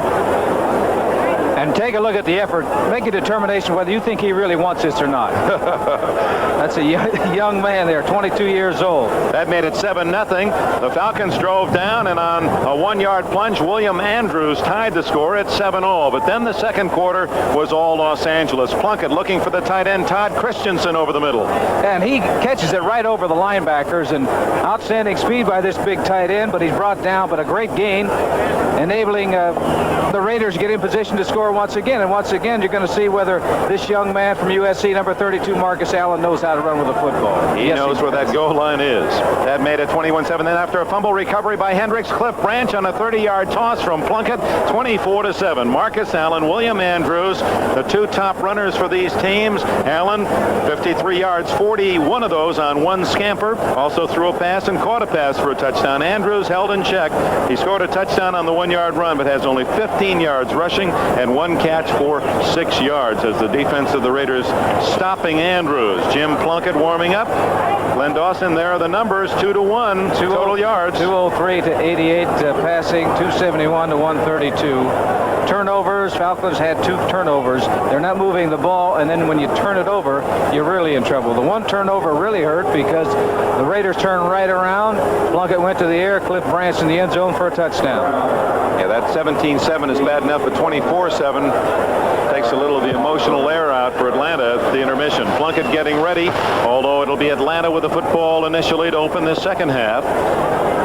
Reggie Brown will be at the other end of Chris Barr's kickoff. There he is, 211-pounder, 4th-round draft pick out of the University of Oregon. A little shorter this time at the 1. 10. And he struggles to the 24-yard line, where Clee Montgomery and Jack Squirick and James Davis made the tackle. Bartkowski with Lynn Kane and William Andrews as starting running backs with him. Alfred Jackson and Alfred Jenkins, the wide receivers. Junior Miller, the tight end. 3 Pro Bowlers. Ken, one of them. Then Pat Howell, Jeff Van Note, a Pro Bowler. Thielman, a Pro Bowler. And Bryant, the offensive line.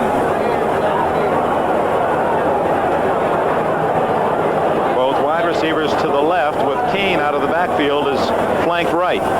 He's looking for Kane. No, throws underneath to Junior Miller, who steps out of bounds at the 28-yard line. Defensively, the Raiders in their black and silver. Browning, Kinlaw, Alzado had a good first half again.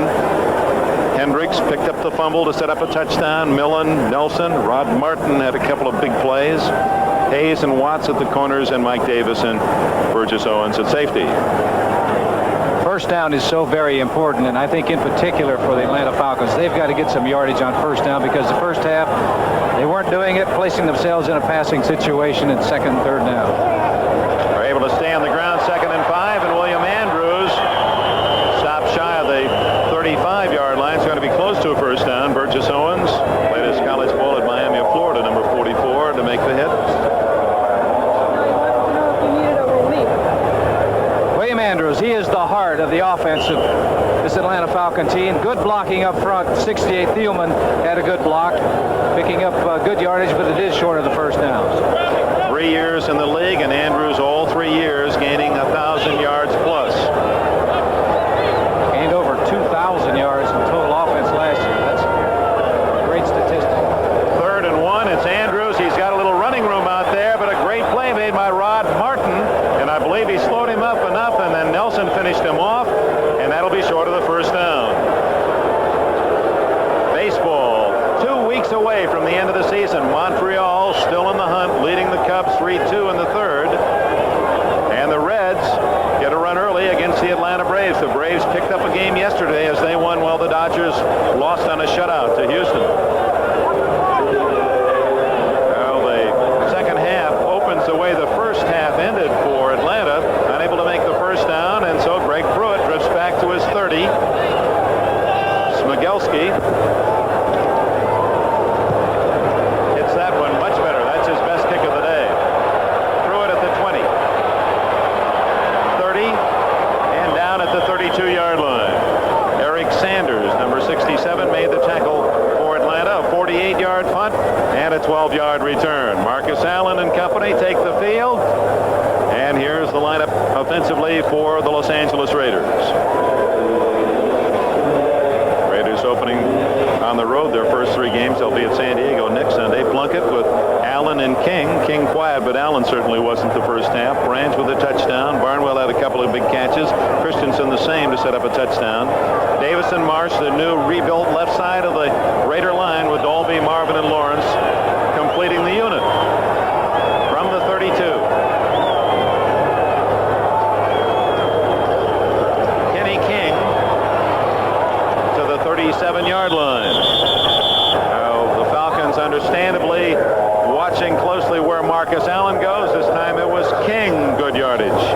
Can Marcus Allen do it all? Well, let's see how he blocks when the other man gets it. Number 32, Marcus Allen, is turning out on the linebacker. He's learning early. You see him grab him by the jersey with his hand. And he knows who helps him out when he runs with the football. So he's going to help out his running mate, Kenny King. Second down 4.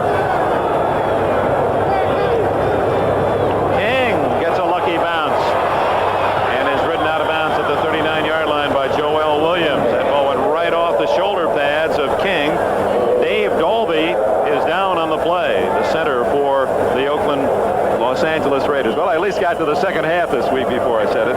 Richardson, Kuykendall, Curry, and Williams, a fine set of backers in the white of Atlanta with Butler and Johnson at the corners and Glazebrook and Pridemore at safety. Dolby, who replaced the Hall of Famer Jim Otto, who was the center for 15 years, and Dolby now in his 11th year. That center spot, once you get it, you own it. Sylvester played some last year and before, but basically they've only had two centers in the history. Timeout while they attend to Dave Dolby, the veteran from UCLA. Early in the third quarter in Atlanta, where the Raiders lead 24-7.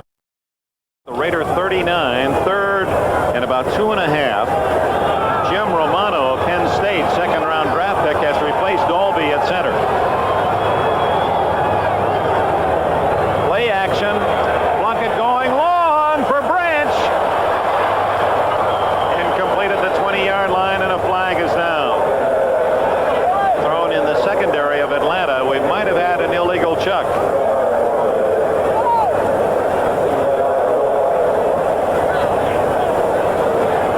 Holding. 5 yards. First down. Raiders at the 44 when they mark it off.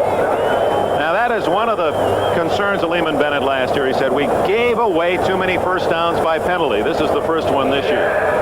You're taking a look at the man who replaced Dolby. Number 52, Romano, is in there, holding his own against Smith. Is considered one of the best nose tackles in the National Football League. No pun intended, holding his own. First down at the 44. Falcons' fourth penalty, only 30 yards. Kenny King, 45-50. And he's in Falcon territory before Fulton Kuykendall can run him out of bounds around the 46-yard line.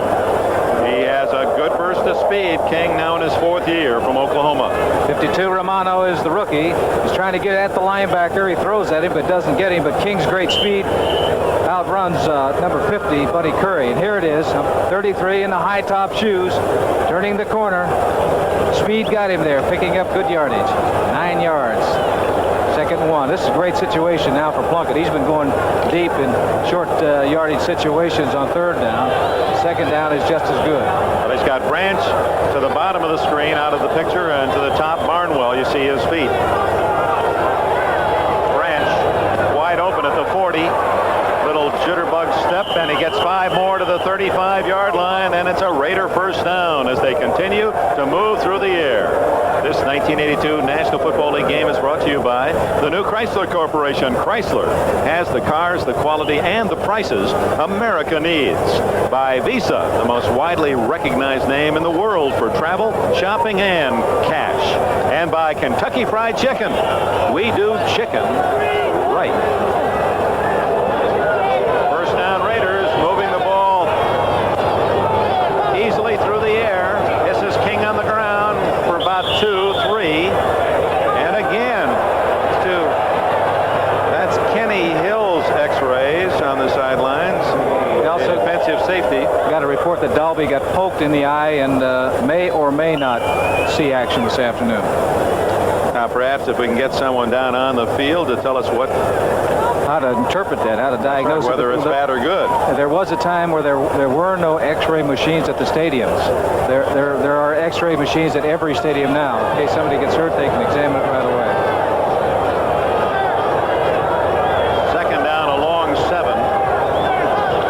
It is negative on the x-rays on Hill. Plunkett, plenty of time to get to Branch, and it's broken up by Kenny Johnson. Johnson from Mississippi State, able to duck in and get a hand on that pass. Plunkett stepped up in the pocket and had an awful lot of time to throw. 21 is Branch. He gets by the linebacker. Now he's looking to the outside. The ball is not there. It's not there. It had been thrown a little sooner. Could have been. 37. Johnson said that's the type of pass that I want to catch because you know if you catch that one, it's a straight shot down the sidelines to the end zone. Branch, who had 2 catches last week against San Francisco, has 5 today and a touchdown. They got 10 guys up on the line of scrimmage defensively. Now they're backing off. Plunkett, complete to Frank Hawkins. He's to the 27-yard line. That's going to be short of a first down. Hawkins from Nevada, Reno, a 10th round pick in last year's draft, 81. And it'll be 4th down and about a yard at the 27-yard line. There's the distance. And now the choice made by Flores. He's got a 17-point lead. And he's going to go for it. Yep, going to gamble. The 3 points isn't going to do him that much good. 3 touchdowns beat you whether you kick the field goal or not. He's got 3 tight ends in the ball game right now. Derek Jansen, who's a running back, but also a tight end. Derek Ramsey and Christensen. And they're not afraid to throw off this formation. And he's got the first down. Frank Hawkins to the 25-yard line.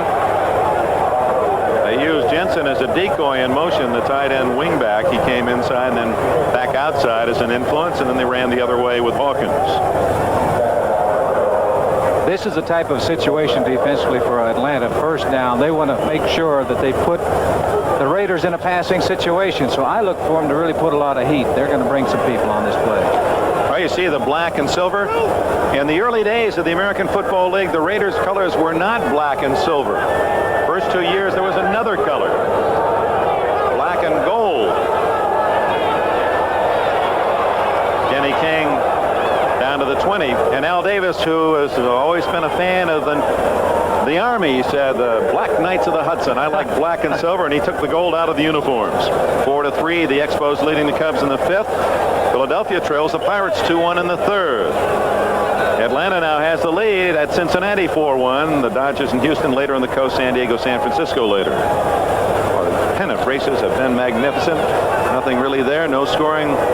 New York, Milwaukee, Boston, Detroit, Cleveland, Baltimore later. BC, we're 2 weeks from the end of the regular season.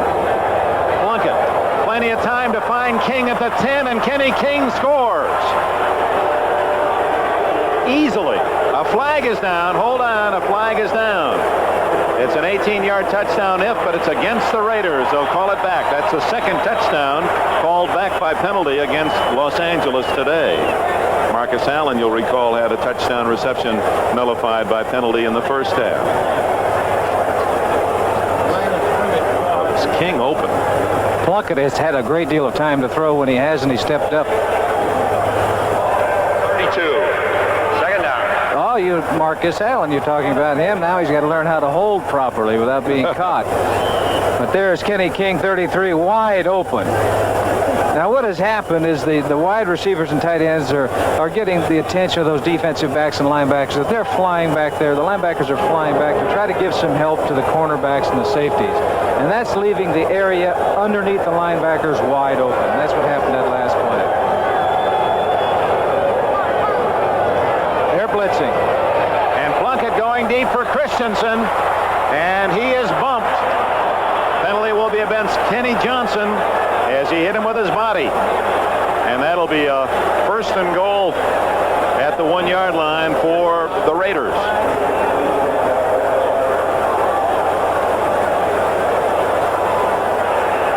Defensive pass interference, number 37. First down on the 1-yard line. Kenny Johnson says no, but there was contact. So the Raiders have been most impressive last week in beating the 49ers and showing that they're serious this week here in Atlanta. Defensively, they're playing well, and they have played well in the past defensively, with the exception of against the pass. But they own that Atlanta secondary this afternoon. They've been throwing deep. They're so concerned about Branch and Barnwell going deep that underneath area is wide open. That time they had an all-out blitz, and they guessed right. They had good pass protection. Now they got a touchdown. And indeed, Frank Hawkins slashes in for the score. Hawkins with his first professional touchdown. Gained 265 yards last year for the Raiders without a score, and that's his first. So he'll want to have that football or some remembrance of this day in Atlanta, as the Raiders threaten now to make it a rout. With 8:18 remaining in the third quarter, they built their score to 30-7. And Barg looking for the extra point.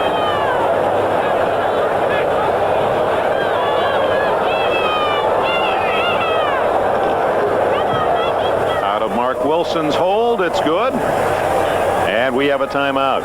The Raiders have just scored 11 plays. They've gone 69 yards. Hawkins gets the capper from 1 yard out. 31-7.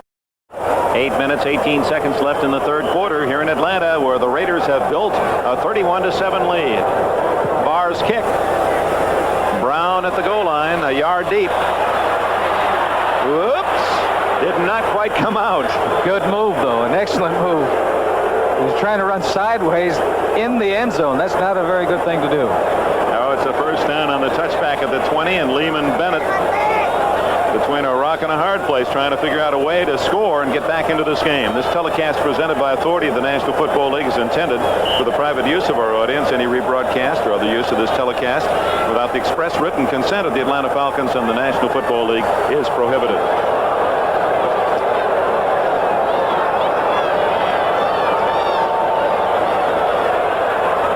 To Junior Miller, incomplete. Matt Millen on the coverage for the Raiders. Fans getting a little angry here in Atlanta. Yes, they are. That time the ball was off the mark. He was so concerned about the linebackers dropping back, because now for the Raiders, they're not too concerned about the run, because they know that Atlanta's got to put the ball up in the air and try to get back in this ball game. So those linebackers they're going to do one of two things. They're going to go after Bartkowski, or they're going to drop way back in pass coverage. Throw is to Andrews underneath, and he gets out across the 30-yard line, and a first down for the Falcons. They'll let him have that, though. And so the young Patriot has the long touchdown, and here the Falcons trying to pick away with the short ones to get back in the game. That a first down reception by Alfred Jackson out at the 41-yard line. Offensively, Atlanta now, they've got to throw the ball. Occasionally they'll put in a run or draw or a screen to take some of the pressure off, because they know that the defensive lineman of the Raiders is just going to tee off. Those linebackers that last time, Hendricks, he was blitzing. Millen was blitzing on that play. They'll either blitz or drop back. 7 minutes left in the third quarter. This time they blitz. Hendricks, he slowed down Bartkowski, and then Bob Nelson, number 51, came in to finish him off. Well, they called him the Mad Stork in college. He doesn't like the nickname, but when you see him come in on a quarterback like that, it seemed like an appropriate moniker. Here's the rush. 83 is Ted Hendricks jumping up. Bartkowski does duck under him, but now Nelson comes along. Browning is also there. One of two things. They are going to put heat on Bartkowski by sending linebackers and everybody after him, play man-to-man, or they're going to just throw 3 defensive linemen after him, drop 8 people back, and give you the short pass. They're not going to let you have it deep. Yeah, Lenny Dawson, a quarterback who knows how difficult it is to try to throw from way behind. That's the tight end, McKeska, and he's out of bounds about midfield. McKeska from the famed McKeskas of Temple, Texas, where the family has a very successful barbecue business. Lenny Dawson in his career, and the stat that's really important there is that bottom line, plus 56. How many men struggle through a career just trying to get more touchdowns and interceptions? Plus 56. That really is the measure of the man. You take, for example, Jim Plunkett for the Raiders. He comes into the game minus 36. Well, he's trying to catch up. 3rd down and 2. Wide open, Andrews, and he has a first down and more. 25, 20, still on his feet and out of bounds at the 18-yard line. William Andrews. They say he stepped out back upfield at the 27-yard line, but it's a first down. The fans here, they were irritated just a minute ago, but all they need is something to happen, and it happens now. Ground level, you're taking a look right now what it looks like right down there. We've got our handheld camera down there. 31, William Andrews. He's devastating in the open field also, just like we were talking about Marcus Allen. Well, Kenny Hill, the man, you saw the x-rays earlier. He's obviously okay. It was Hill who made the play, pushing him out of bounds at the 27. Comes a blitz. Mike Davis, and a flag is down against Watts for tripping Jenkins at the 15-yard line. So they brought Davis one safety man, and Bartkowski able to dump it off. He had Jenkins breaking free and was tripped. Floyd. 20, defensive pass interference. First down.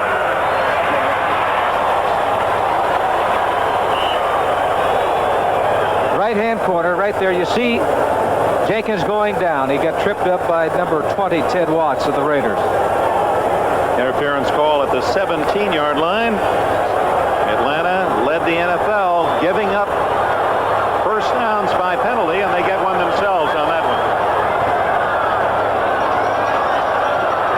Bartkowski, a flag down. Bo Robinson has a touchdown. Will it count? Robinson, a 4th-year running back from West Texas State, where he broke all of Mercury Morris and Dwayne Thomas's rushing records. It's against the Raiders. Touchdown, Atlanta. Offside. Refused. Touchdown, Atlanta. Dick, on that last play, the Raiders were trying to cover that back with number 55, Matt Millen. You saw him in your screen. He's going to try to pick him up. But with the speed of that back, Bo Robinson, there is no way that Matt's going to be able to keep up with him for any length of time. He was hoping that the blitz would pressure Bartkowski, and he wouldn't have that much time to throw. Well, that gives the Falcon fans fading hopes a little boost as Luckhurst kicks the extra point, and with 5 minutes and 53 seconds remaining in the 3rd quarter, the Falcons get a 7 and cut the Los Angeles Raider lead to 31-14. You come into a park and it's hot and humid, and everyone says Raider weather or Falcon weather, as if you really do enjoy playing in this heat and humidity. Well, the Raiders were really concerned about it before the ball game. They were, a couple of the offensive linemen were out. They found a fan out in the dugout, and that's where they seated themselves. But they're happy now. The thing is, it's really hot right now. Is for Atlanta. They got to get back in the ball game. Yeah, they've kept the heat on the Falcons. Luckhurst, who is excellent in the onside kick, does not try it. Greg Pruitt at the 4. Pruitt, who returned 155 yards against the 49ers last Sunday, tackled by the man who just scored a touchdown, Bo Robinson. 80 yards in 7 plays for the Falcons, well engineered, and a touchdown Bartkowski to Robinson to cut the Raider lead to 17. Now the Falcons need a turnover, and that would bring bring the crowd back in their behalf. They need to stop the Raiders on first down. And they've been trying to do that, but Plunkett has had enough time to go back with play passes, look downfield, and get rid of the football. Marcus Allen, nothing there. Paul Davis, 59, linebacker of North Carolina, helping out Jeff Yates, the veteran from Boston College. See 50, Buddy Curry. George Jessel Curry, thank you, from North Carolina, where he was a teammate of Lawrence Taylor, trying to spur that defense. There's the touchdown man, Bo Robinson. One problem, or a big problem, for Atlanta is that Jeff Merrill is out of the ball game. He is their best pass rusher. And Plunkett has had plenty of time to throw in the second half. 2nd and 9. Dumps it in the flat to Allen. Look at that move. And across the 30 to the 31-yard line. He gained only about 4 yards in the play, but he certainly is giving those linebackers something to think about. Joel Williams, an excellent tackler, was unable to bring him down. Curry just did get him. This is a screen pass getting it out to Allen, hoping to get some offensive linemen out there. But look at the move that he puts on Joel Williams. Curry was smart. He did not commit himself until Allen finally had to commit himself and run. Kenny King and the Len Dawson model high tops, teaming with Marcus Allen in the backfield. 3rd down and 5. Listen to the crowd.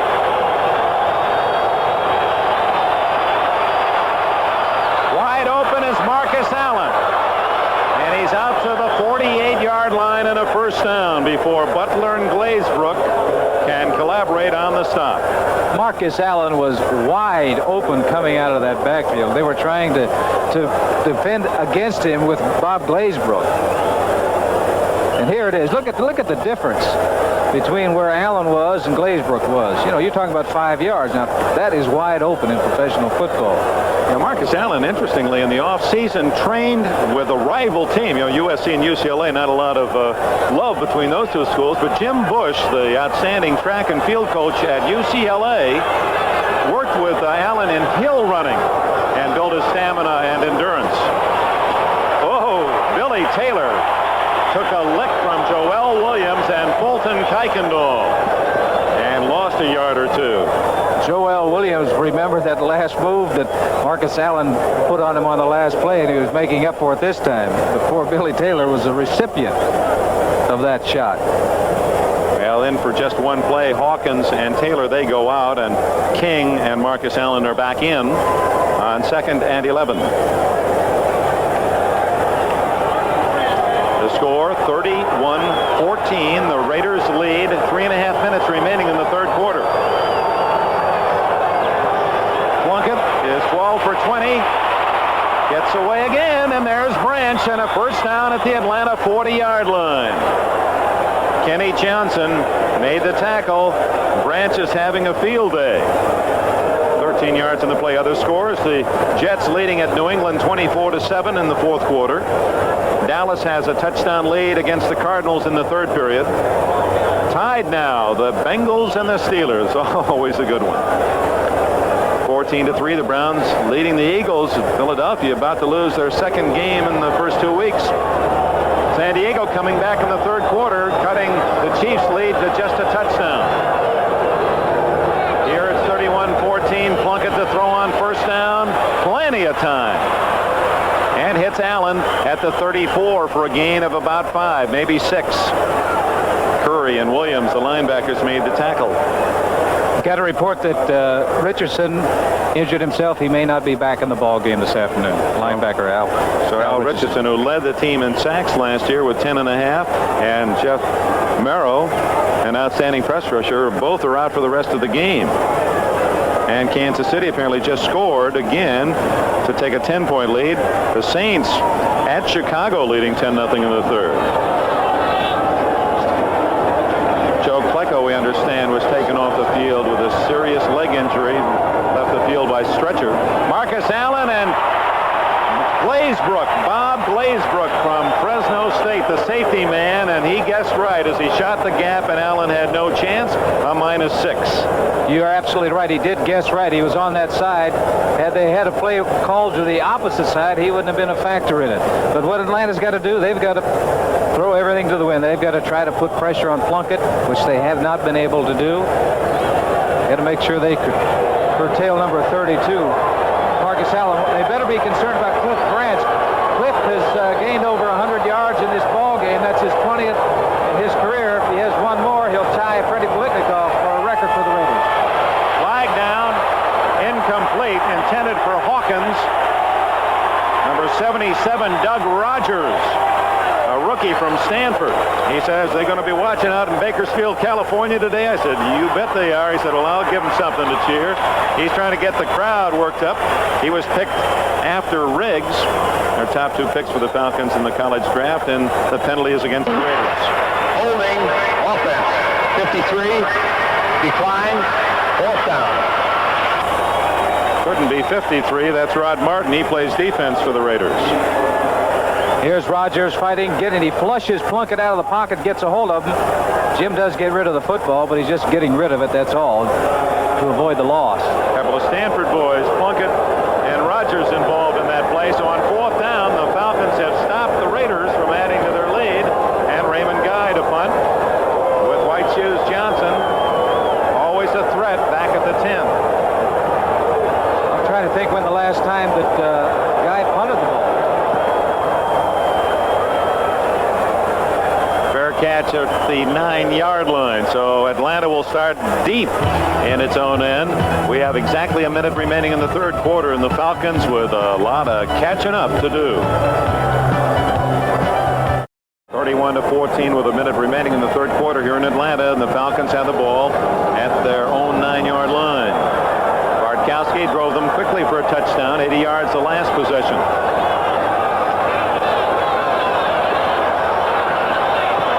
To Alfred Jackson at the 26 and a 1st down. Lester Hayes, the defender for the Raiders. Well, just as Atlanta has lost 2 players, Richardson and Merrow today, Dave Dolby will not return. An eye injury, was poked in the eye. And Dolby will not see any more action this afternoon.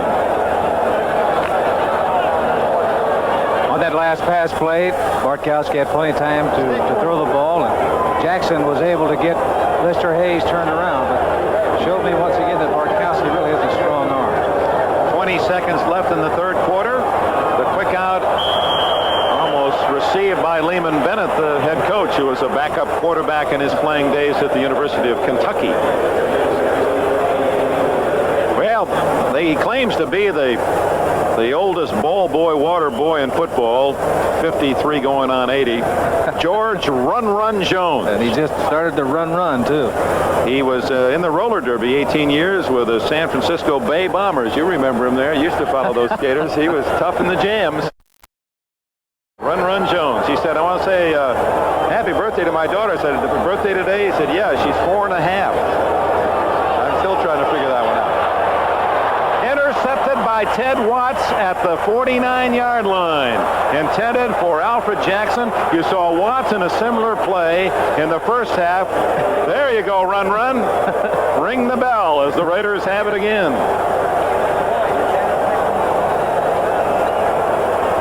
Here it is, a replay. Number 20, Watts. You may recall a while ago he got called for tripping. This time he has excellent position on Jackson. Comes up with a big interception for the Raiders. Jackson would have been better off playing defender himself and trying to knock that one away.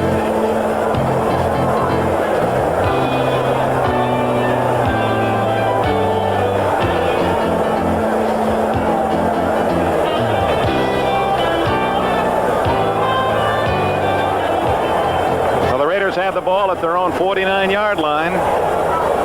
The last time they had it, what they do? They throw deep. First time out of the box. Plunkett fires to Allen, incomplete. At the 45-yard line, that stops the clock with 2 seconds left in this 3rd quarter. Bob Glazebrook on defense for Atlanta. Glazebrook, who set a record last week for Atlanta, that 91-yard fumble touchdown return. There's Watts, Texas Tech 2nd-year man, the man who intercepted the pass moments ago. tried to get the ball to Marcus Allen, but he had Barnwell going deep on that last play. So they were looking once again to try to put this ball game away. Final play of the third quarter. Plunkett wide open was Barnwell at the 35, and Plunkett missed him. That is the end of the third period here at Atlanta Fulton County Stadium in Georgia. The Raiders, enjoying a big 3 periods, have a 31-14 lead. We'll be back after these messages from your local station. It's the season. 3 periods have a 31-14 lead. We'll be back after these messages from your local station. With Len Dawson, Dick Enberg in Atlanta Stadium. The smiles are a bit forced for the Atlanta fans. 31-14 the score. We open the fourth quarter. Raiders with the ball. Marcus Allen run out of bounds at the 47. Earl Jones and others for Atlanta. So it's a short gain. And Ray Guy and the punting team comes on. There's the statistical totals through 3 quarters. The last drive by the Falcons narrowing the margin. It was 2-1 at halftime. So Atlanta is moving the ball better in the third quarter than they were in the second. Second quarter, they didn't do anything. These are all fourth quarter scores. Jets 24-7 over New England. Dallas 14-7 against St. Louis. 20-17 Cincinnati leading at Pittsburgh. 14-10 Cleveland over Philadelphia. 19-9 Kansas City leads San Diego. New Orleans 10-0 at Chicago. The rest of the action, second half of play today. Raymond Guy. Clock is down to 4, 3, 2. They're going after it. Flags are down, and the Raiders down the ball inside the 5-yard line. Billy Taylor, number 49, downfield for the Raiders. Guy complaining that he was run into. Jim Laughlin, 51, was in on the kicker. Maybe offsetting penalties, though. 51, defense running into the kicker. Offside on the defense. Replay. Had to be offside on the offense, not the defense. Number 51, Laughlin, was called for running into the kicker. Right there. Hunters always help them out, though. They go down very easily. You always have a feeling that if you were ever looking for somebody to fill the bill in the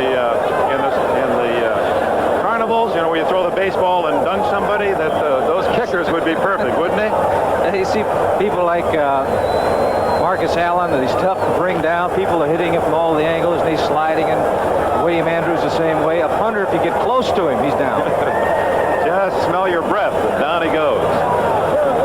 No Guy on the nullifying penalties. We'll kick it over again with White Shoes Johnson back at the 10. And Falcons have 10 men on the line. Flags are down again. And Guy roots one into the end zone. And we'll see. And we got some more scuffling going on. Boy, almost every special teams play. That's Bobby Butler, 23, and Frank Hawkins, 27.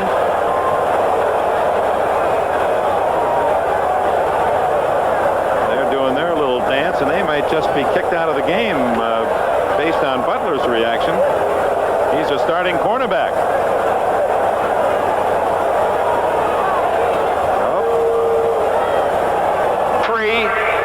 Unsportsmanlike conduct. Atlanta, 45. Oakland, illegal formation. Oakland, free kick. It was not. It was Butler and number 45 for the Raiders. He was offsides. They called a penalty on him, so they're going to come back and kick it once again. That's James Davis's 45. Frank Hawkins was the man that Butler was wrestling with out there. They gave him the heave-ho too, apparently. So Butler, and that's you can't help your team when you get kicked out of the game, and he's a starting quarterback, and that just makes things tougher for the Falcons. Well, Ray Guy getting his punting work in. He's going to try it again after the offside penalty. Butler is not kicked out of the game. Apparently, he's back in there.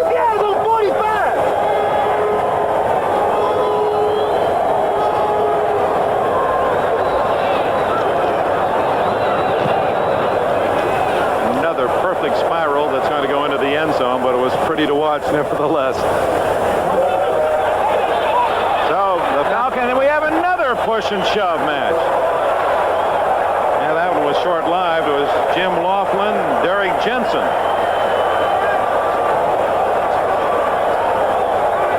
Well, unless somebody starts pushing someone else, let's just ease our way into this important word.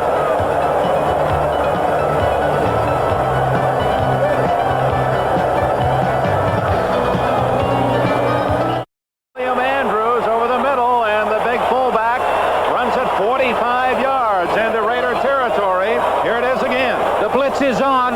Bartkowski stepping up and gets the ball to Andrews. A nice catch. Remember, he caught 81 passes, led the team last year, coming up with a big 45-yard play. Getting out of bounds. And for Atlanta, the people here wanted something to cheer about, and they got it. Ball at the 30-yard line. You saw the pass was end over end. It looked as if somebody tipped the ball, but it got to Andrews, and he did the rest. Jenkins left, Jackson right, 31-14. Falcons trail, 13:45 left in the game.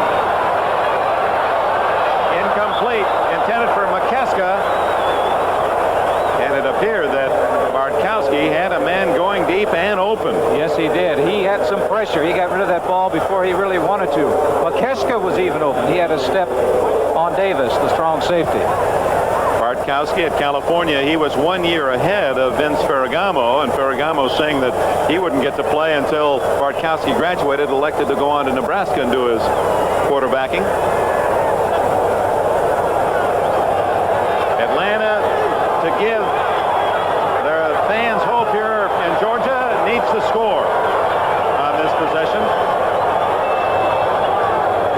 2nd and 10. Here comes Hendricks, and he forced the fumble, and I believe, no, Hendricks didn't get it, but came close to getting the fumble. Ken fell on it at the 40-yard line, and the Stork with those huge arms of his, long leverage in there, and even though he ran by the quarterback, watch him strip it away. 68. Thielman was supposed to get out there, but Hendricks was by him so quickly that he wasn't able to get out and get in front of him. A couple of things about Hendricks make it difficult to block him. He is tall, 6'7".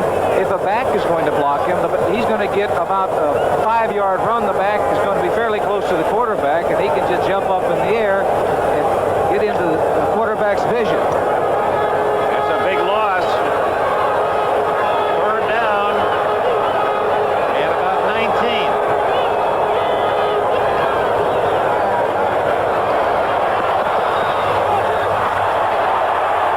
Jenkins and Watts were in a pushing match, and the official does not throw a flag, although Jenkins thought he was interfered. The official was standing right there. Here it is, Bartkowski going back to pass. 3rd and 19 to go on the play. 75, Howie Long put pretty good pressure on. Here it is. You're looking at it. Both of them struggling. Official ruling they both were going for the ball when the bump occurred. Well, 4th down, and you're trailing 31-14, even though it's 4th down and long. The Falcons are going to go for it. 12 minutes, 43 seconds left. Jackson 85 with Hodge 83 in the slot. Jenkins to the left.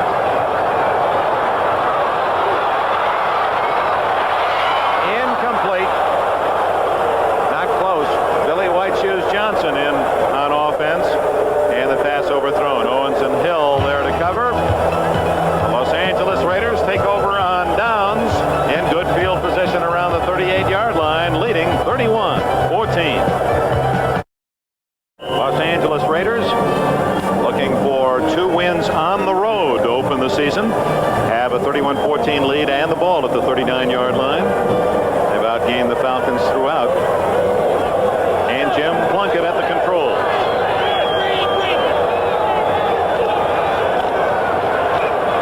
Barnwell has his 3rd catch and gets out to about the 46-yard line, a gain of 7. Bobby Butler, we thought had been ejected, was not, made the tackle. You know, I'd like to go back. Remember the first long pass that Plunkett threw back in the first quarter to Cliff Branch? He didn't complete it, but I think that set the tempo of what they wanted to do. And also, I said, it puts in the minds of those defensive halfbacks, those cornerbacks, they're saying, hey, they think they can beat me deep, so I'm going to give them room. So they give them room and they throw in front of them. When they start coming up, then you throw behind them. That's what's happening out there this afternoon for Atlanta. And Plunkett has orchestrated it beautifully. 2nd and 3. And he's going long for Branch. Nice defense by Kenny Johnson. No flag. He came almost up with the ball as well. As he bounced to the turf, the ball was right there. The blitz was on that time. Plunkett was just going up top. There was man-to-man coverage. You can see stride for stride there. 37 is Johnson. But even though it didn't work, I'll assure you the next time that Cliff Branch comes off the line of scrimmage toward Johnson, he's going to give him some room. Well, let's see. This would be a perfect time. 3rd down and 3. Just have Branch run a little hitch out there and for 5 and get the first down. Let's see if that's what Plunkett does. It's better on first down because they're looking for Oakland again, Los Angeles for the first down. Plunkett going for Christensen. Incomplete at the 25 as Plunkett had to hurry his throw under pressure. So the Falcon defense does the job, and Atlanta will get the ball back, and not much time used by the Raiders, which is a little surprising with a 31-14 lead, Lynn. You don't run a few plays, try to eat up some of that clock. You're giving the Falcons a chance to get back in the game, stopping the clock with the incomplete pass. Yeah, but the Raiders feel they can knock them out. That's what they want to do. The Raiders aren't generally the type of team, that has any mercy on anybody. Well, you know. They're going to try to put them away. Well, Ben Davidson was always kind to you. After the game. Johnson at the 10-yard line. Guy to kick.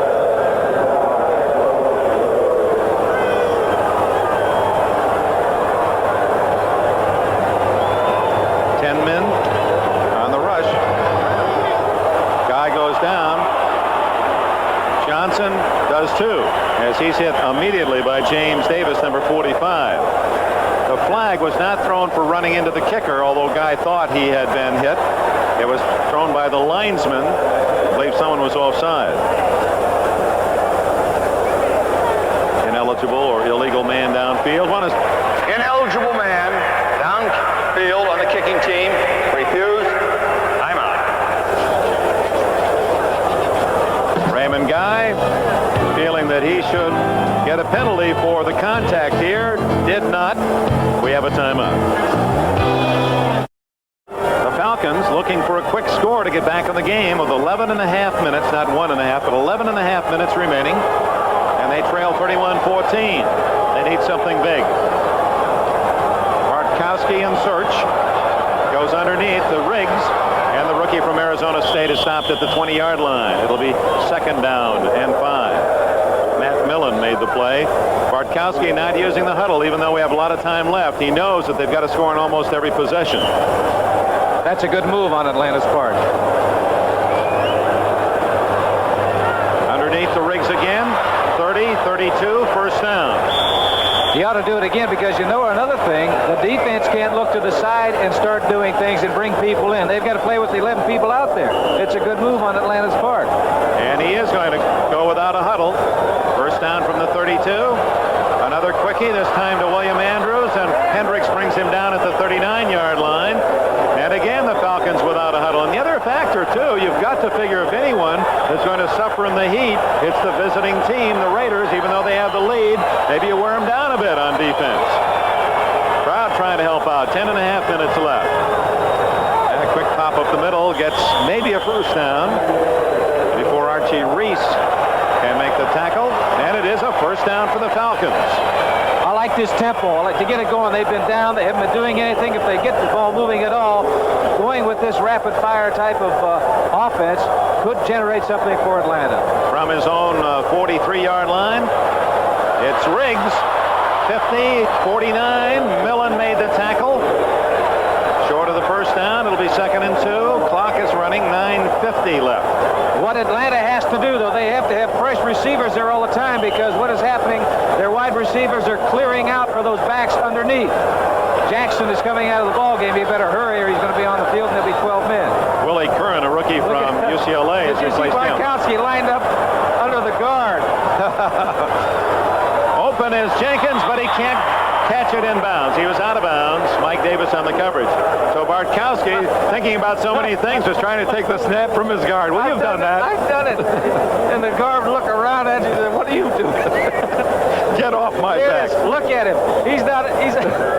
look at there. Thielman says, "What's going on?" Oh, don't touch me unless you love me. Your hands are rough. Those guys jump offside. Oh my, that was no trick play, that's for sure. Well, at least the Falcons get to take a deep breath now with the incomplete pass stopping the clock. 9.5 minutes left. They've got to figure they got 2 downs to pick up this first down. Third and about 1.5 yards. And it's Riggs plowing forward to the 45, has the first down. Lyle Alzado and Howard Long making the tackle. No. The Raiders say, we'll let you move downfield, but it's going to cost you time. And Steve Bartkowski hoping that he might be able to strike for a quick one here with 9:07, 9:06 left. He's going long. He's going for White Shoes. Beautiful defensive play by 45, James Davis. No flag. Flagged it down. They had 12 in on the field. Davis did not get off in time. I think that's what they're going to call. Oakland was trying to get a couple of defensive men off the field, but they were too late. The play got underway. Preliminary indication penalty against Oakland. Davis, nevertheless, saved the touchdown as Bartkowski floated a beautiful pass and had Johnson in stride. Defense, 12 men on the field, 5 yards, first down. You were mentioning something about the heat in the fourth quarter. Now, if the Raiders stand up under this, they're in excellent shape because this type of an offense against those big defensive linemen trying to rush the pass is really tough. Raiders with an 8-man front, 9-man front. Bartkowski drills it to Jenkins. Incomplete. Once Jenkins was juggling the ball, it was okay for Davis to reach and grab the jersey. And Davis, who is a 5th-round pick last year, did not play all last year with an injury, doing a good job out there. They're all coming. Hendricks coming in there. He's being blocked by Robinson. The ball is on its way before the receiver turned around. But right now, he's strip him of the football because he got his hands on it. Well, Al Davis, he must like the name. He's got 3 Davises on this roster. Bruce Davis, the starting tackle. James Davis, who's now playing at one of the corners. Mike Davis. And Mike Davis, the safety man. He had Clarence Davis for many years, the running back. Bartkowski going deep. And Floyd Hodge can't quite come up with it. The play was made by Kenny Hill and Ted Watts. Fans wanted interference. What they're getting is 3rd down and 5. This is really a test on the receivers and the defensive backs because they're going deep on every play. Looked as if Watts might have gotten away with a little early bump. 40-yard line, Raider territory, 8 minutes and 46 seconds remaining. The Falcons trying to play catch-up, trail 31-14. 3rd and 5.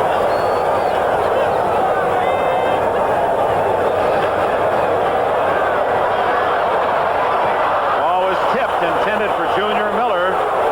Archie Reese, acquired from the 49ers at the start of the season, made the play defensively. If Bartkowski had any running ability at all, he had a clean shot straight up the middle of the field, he would have picked up the first down because the defensive linemen, 4 of them rushing the passer, they were already by him. The linebackers were deep. He had plenty of space to pick up the first down. I tell you, Ted Watts, who's been busy trying to cover, he was down on one knee back at the 10-yard line. He's still back there. He's exhausted. And they're going to call a timeout, the Raiders or the officials, because Watts, who has just been all over the field trying to offering coverage in this hurry-up offense of Atlanta's, and he just has run out of gas. That's just a tired, hot, exhausted young man. You know, sometimes you do that in practice against one particular guy to get his attention. He says, "What's you don't like me, huh?"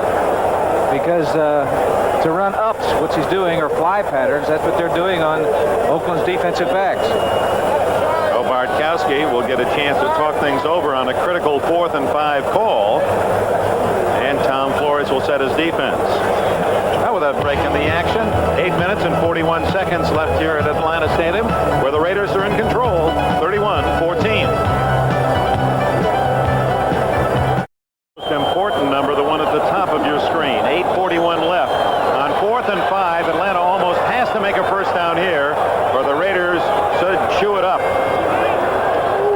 Gronkowski needs 5 for the first down. He won't get it. And the Raiders take over on downs for the second straight possession. Atlanta able to move the ball into Los Angeles half of the field, only to have the drive stopped by good defense. Alfred Jackson doesn't get up. He gamely went for that pass. He took a pretty good shot when he was leaping in the air trying to get a hold of that football. Burgess Owens on the coverage for the Raiders. So the Raiders take over on downs out at the Los Angeles 40-yard line. And while they attend to Alfred Jackson, let's run down all the scores for you. The early games played today. That's a final. First 10. The Jets come back from their loss a week ago to Miami to beat New England in the Patriots part of the country. Dallas apparently will beat St. Louis. That score in the fourth quarter, 24-7. In overtime, the Bengals and the Steelers tied at 20. Philadelphia has gained the lead against Cleveland, 17-14 in the fourth period. Late in the fourth quarter, San Diego is pulled within a touchdown at Kansas City, 19-12. New Orleans trying to embarrass Chicago on the Bears' home field, 10-0 Saints in the fourth quarter. Baseball scores. She apparently likes the Atlanta Braves. You know, she smiled as soon as I said baseball. Chicago and Montreal tied at 5 in the seventh. Pittsburgh trying to pinch Philadelphia's hopes, 7-1 in the fourth. Atlanta beating Cincinnati in the fifth, 5-1. Houston at Los Angeles. San Diego, San Francisco. Those games will be starting shortly.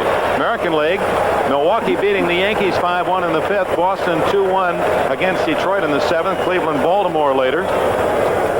Minnesota trying to make it 3 in a row against Kansas City. California leading Toronto. If those scores stay as they are, then the Angels and Royals would be tied for first place.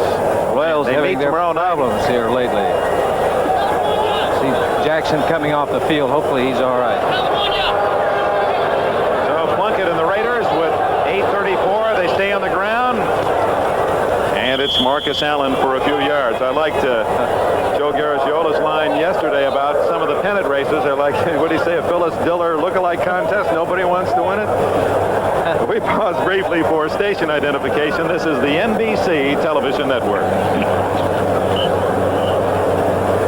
This is Channel 4, KNBC, Los Angeles. Wrigley Field, Chicago, right? No, that's the sign on the baseball outfield wall here at Atlanta. Do you think that defense of Oakland told that offense run off some time on that clock? That's Keep the right. ball on the ground. Give us a breather. Well, here goes Plunkett to throw. Got Barnwell wide open and missed him at the 30-yard line. Kenny Johnson on the coverage and Plunkett throwing as he was hit. That still surprises me, Len, that they're not staying on the ground with a 31-14 lead. Final score, the Steelers win 2 in a row. Boy, they've won 2 tough ones, beating the Cowboys and come back to beat the AFC defending champion Bengals in overtime 26-20. Bradshaw to John Stallworth, 3 yards for the winning touchdown. Another score, Cleveland regains the lead, 21-17 against the Eagles in the fourth quarter. Stay tuned, NFL 82 after our game to recap the scores. And if our game runs late, we'll get them all to you right up to the minute the scores before we say goodbye from Atlanta. Flag down as Kenny Hill is whipped out of bounds by Tom Pridemore. Kenny King, rather, I'm sorry, not Kenny Hill. He's on the other side of the line of scrimmage for the Raiders. So King thrown out of bounds for a loss. Now let's check the penalty. Tom Flores, he was a backup quarterback to you when the Chiefs won the Super Bowl. Yeah, he threw one pass in 1969. It was off of a fake field goal. Offense, number 79. Offside. Bruce Davis offside. Decline. The Falcons want the ball. We were playing Houston, and it was a fake field goal pass just before the end of the half. And Tom rolled out and threw the ball to Robert Holmes, who made the catch. While Tom was admiring his work, somebody broke his nose, and that was it. One pass, one touchdown, one broken nose for Flores in 1969, the year that we won the Super Bowl. And one Super Bowl ring. That's right. Raymond Guys had plenty of work. His 7th punt, and they also had 2 or 3 called back because of penalty. White Shoes Johnson inside the 15 for Atlanta. You can see the seats starting to empty. Guy almost almost missed that one, and it goes out of bounds at the Atlanta 40. No, it didn't go out of bounds. Rolls back to the 45-yard line. So the Falcons have good field position, and the Raiders used up only a minute on that possession. 7:36 left in the game. Giants received a miracle play, a 91-yard fumble recovery. Everyone relaxing, thinking the whistle had blown it dead, and Glazebrook went 91 yards. Now they need a couple, three unexpected big plays because they trail 31-14. They have the ball at their own 41-yard line. Bartkowski, good protection this time, and has a man, Jenkins. First down at the 32-yard line. Alfred Jenkins, his consecutive game streak is up to 91 in a row, catching a pass. Bartkowski had time to throw. That's the reason it worked, because it was his crossing pattern. Took time to develop. 26 yards, first down. You're talking about the big plays. That took just a couple of seconds to complete. 7:29 remaining in this football game. And they're definitely within striking distance right now. Jenkins to the left. Jackson back in the game after being bruised a while back. Jackson is to the right. Bartkowski in trouble. And number 99, Reuben Vaughn, has the 5th Raider sack today. He's from Colorado, drafted by the 49ers in '79. Now you can credit that defensive secondary of the Raiders, because Bartkowski had a lot of time to get rid of the football. He pumped once, started to move. His problem was he couldn't find anybody open. But what he should do is get rid of it. Just throw it up, out of bounds, up in the seat someplace. Bartkowski has thrown 47 passes in this game, completing 28 for 311 yards. There are his numbers. He's been busy, but he has only 14 points. Has the man open. Oh, what a catch by Junior Miller. Down at the 27-yard line, Miller's second catch. He had to leave his feet to spear that one. Short of the first down, however. That's why I said on the last play to Bartkowski, you got to know when to get rid of the football. Here it is. An outstanding catch by Junior Miller. He's come up with a couple of clutch catches in this ball game this afternoon. 3rd and 4. Quickie. Is that a catch? Apparently not. Incomplete is the call. Raiders got the football, Lister Hayes, but Jackson did not appear to have possession. I don't believe he did. You see all the blue, that symbolic of those fans who became disgusted much earlier and left. And we'd say that Atlanta Stadium's only about half full at the moment. 60,000 seats and sold out, although 54,774 the official attendance, with some 5,000 not coming to the game today. Bartkowski again looks at 4th and 4. This is the 3rd time he's been in Raider territory. He ran out of downs the last 2. 6:21 left in the game. Flag is down. And so is Bartkowski back at the 39-yard line as number 74, Archie Reese, has the sack. Now let's check the penalty flag. Reese, an inspirational leader with the 49ers in their Super Bowl year last season. For the snap, field judge had 30-second delay. It'll still be 4th down. Oh, that's a break for the Falcons. One of the few times the penalty can help a team, because that negates the sack. No play on the 30-second call. 5 yards against the Falcons. It'll be 4th and 9, and Bartkowski will get another shot at it. How times change. They had the no huddle offense where they were taking very little time to get the play off. And down there 4th and 5, when they needed to get the ball off, they took too much time. But they need to pick up 9 yards now to keep this drive alive. And this could be a record tying pass attempt by Bartkowski. The Atlanta record is 50, and he has 49 going into this play.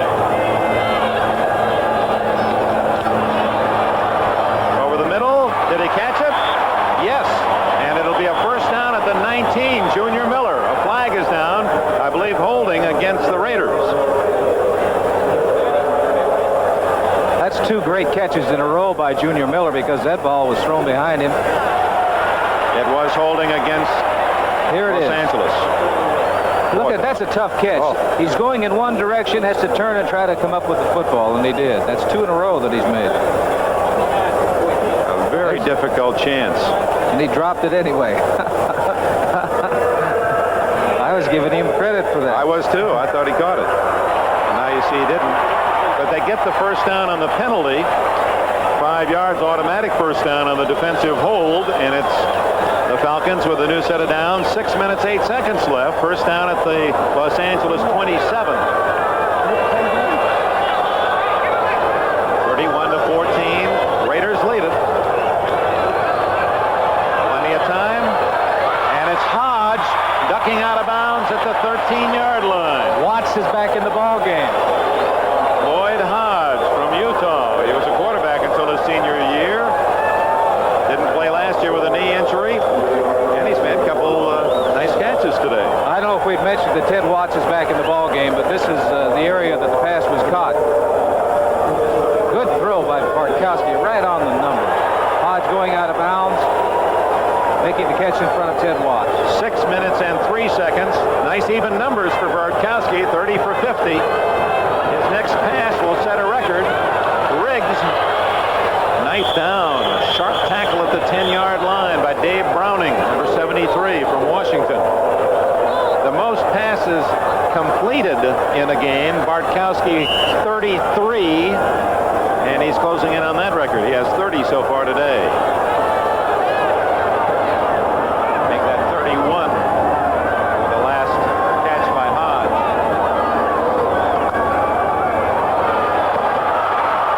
Right in the arms of Alfred Jackson. Lester Hayes' coverage. Can't throw the ball any better than that. But Hayes, like glue, not stick him, but like glue on his man. And it's incomplete.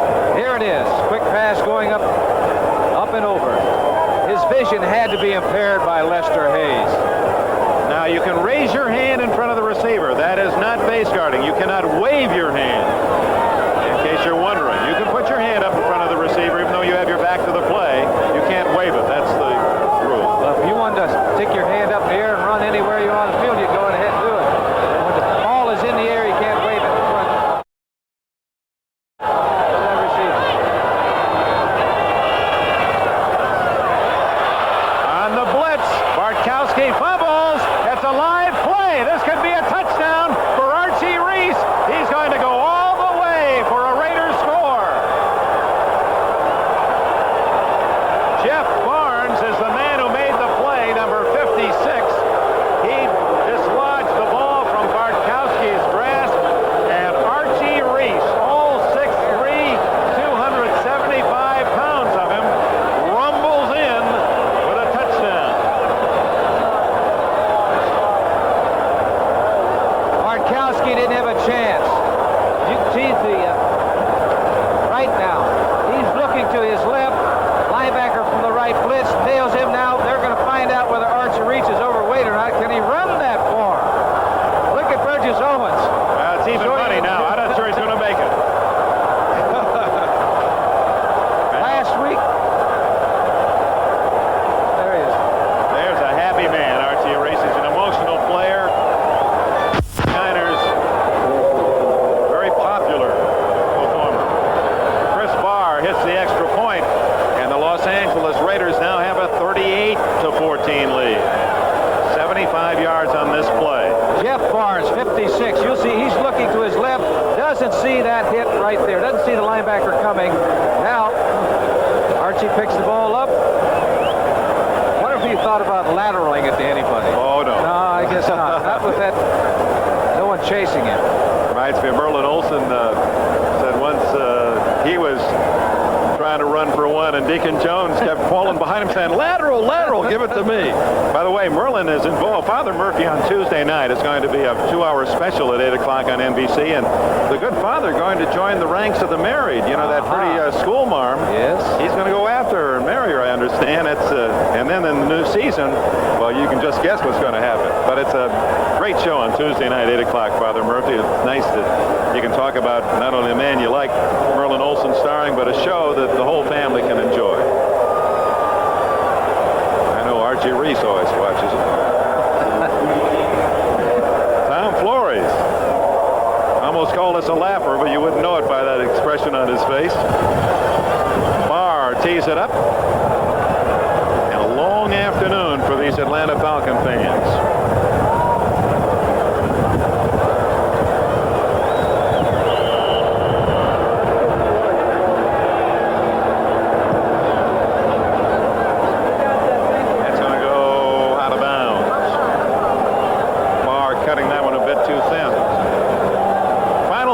Today. Let's run down the scoreboard. National Football League. The Jets are winners, 31-7. Both those teams now 1-1. Dallas gets its first win, beating the Cardinals 24-7. Pittsburgh 2-0, and they've beaten two top opponents, the Cowboys and the Bengals. Overtime win for the Steelers. The Eagles come from behind and win it at the bell, 24-21 against the Browns. Upset, Kansas City at home over San Diego, 19-12. Upset, Saints at Chicago, blanking the Bears. You think there weren't some growls and grumbles at Soldier Field? Stabler played that ball game, threw a touchdown pass. And here at one time in the third quarter, the fans in Atlanta were chanting, "Go on strike, go on strike." Well, maybe the Falcons did prematurely, 38-14. The Raiders certainly were here in force. By the way, they had the solidarity shake as they have been before the game, and it was the most loudly booed of the solidarities that I've heard so far this year. I think the fans are really anticipating the possibility of a strike, and obviously are hoping that won't happen. At the 10, Reggie Brown, 25-30, and the young man nicknamed Truck for his build, 5'11" and 211, is brought down by Clee Montgomery. Bartkowski, this got to be the time, Len Dawson, where you just didn't the coach put in your backup man. Yes, save me for next week. I won't have anything left for the dance. And there is really how you can lie with statistics. You just joined in. What a game. Has it been close? 10 yards separating these two teams. Check the scoreboard. Raiders 38, Falcons 14. And it really hasn't seemed that close.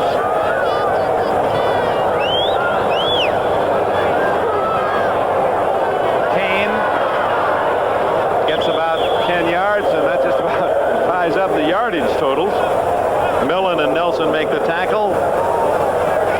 And the big question now, will this quarter ever end? They're going to get some plays off because Atlanta is not going to huddle. Not unless they go out of bounds. It's an empty record-setting day for Bartkowski. He's thrown more than any quarterback in Atlanta history, and he's about to complete more than anyone ever has, throwing the football in the red and black of the Falcons. And he's only 24 points down. Yeah, it's tough to come up with plays, and you know that you're going to call the long one. You're going to have one of those black shirts just right down your throat. To the sidelines. Kane does not stay in bounds. Now he's knocked out of bounds. First down at the 41-yard line of the Raiders. Bob Nelson made the tackle. That should be a record-setting pass for Bartkowski. His own mark is 33, and he now has 33 today in 53 attempts. More attempts than the former mark of 50. But just as statistics are misleading and can lie, so are they meaningless. Yes, there's only one statistic that anybody ever worries about. W. That's right. 367. Most yards. Let me ask you your opinion of the Raiders. You've seen them 2 weeks in a row. I didn't think they were this good. They're obviously a team that is well balanced, and they played two good opponents on the road. 2 victories. McKeska, and that'll be interference against Mike Davis. Davis trying to reach around the tight end of the Falcons. It'll be a first down. Atlanta inside the 15-yard line. Generally after a game, the players get in, they shower, and they get dressed very quickly. Here you're taking a look at the last play. Interference on the part of number 36, Mike Davis, giving the Atlanta Falcons a first down. I say after the game they get dressed and hurry and get onto the airport and take off. The Raiders may be a little late in arriving home today because I think they are dead tired out there right now. Well, they don't even get a chance to go home. They have to go back to Oakland where they practice. Home is Los Angeles. Junior Miller to the 5-yard line. It'll be second down and short. As we said last week, when they were playing in San Francisco, they took the bus for a road game. They have to fly down to their home games in the Coliseum. They'll be training in the Alameda area, the Oakland Coliseum area, until late October when their new training facilities in El Segundo, California. They bought a junior high school there in El Segundo, much as the Rams have done in Orange County, and they'll use that as their headquarters, their training camp. But it won't be ready for another month or so. Kane is not able to pick up the touchdown. Oh, please. And please. As they stop him at about the 3-yard line. Hey, all right. Jack Squirek makes the play. The numbers on Bartkowski and Plunkett. Plunkett has had a fine day. He has indeed. 2 TDs, no interceptions. 54 times. When you have to go back and fire that ball 54 times, you're in trouble. Over what number? I mean, if you were just going to say, not looking at any of the scores, you look at attempts, where would you start to say that team probably lost? I would say, the Raiders statistics, 29 attempts. Today, 30? Today. Now, if you're talking about 10 years ago when the running game was more established and the rules didn't help the pass game like they do now, but I would say when you're getting over 30 attempts, generally you might be in trouble. Yeah. Bartkowski, short of the first down, 3rd and inches at the 3-yard line. That's the first down, but not a touchdown, as Andrews, following the block of Kane, 1st and goal at the 1-yard line. Matt Millen makes the tackle for the Raiders. John Gonzalez has been our director today. Mr. Rullo, our producer. We want to thank our spotters, Joel Alderman and Tim Cambias. Boyd Odom for his assistance in the booth. Joe Costanza, he gets anything over 50 passes, he gets a bonus. He's going to really be happy with this one. Andrews, door slammed on him as Burgess Owens came up from the secondary to make the hit. A flag is down. Clock shows 2:50. Is that the time of day, or that's the time remaining? AM or PM? 2:50 and counting down. The last time we showed. Offside, still first down.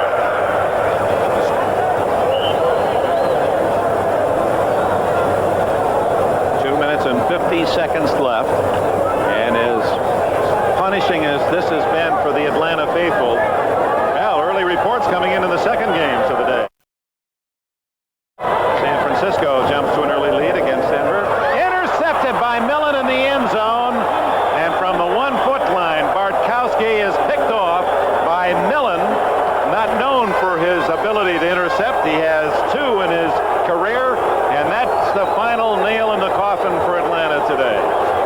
Bartkowski didn't get the ball high enough. He had his tight end behind Millen. Did you notice Millen, though? He was thinking initially of running the ball. Here it is here. The pass, Millen going up, you'd see Junior Miller.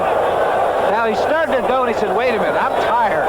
And it's 100 yards even if I do make it. Bartkowski, and that facial expression tells it all. 34 for 375 yards throwing the ball, and you're down 24 points.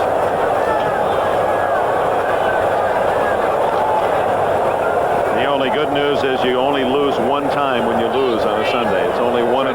It must seem like 3 or 4 the way this one's been packaged by the Raiders, who in turn have to be up on their toes the way this one's gone. Frank Hawkins with the carry, as Tom Flores with the luxury of being able to use his second line team now. Clee Montgomery at a wide receiver, Hawkins, Taylor at running back.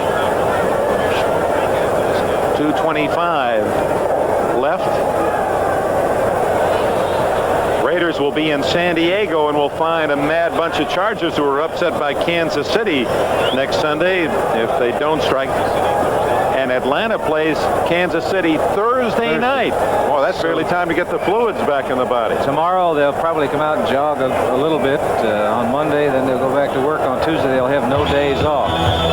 2-minute warning. The Blues have beaten the Reds. More empties than full seats at Atlanta Stadium, where it's been all Los Angeles. Here's another fantastic finish.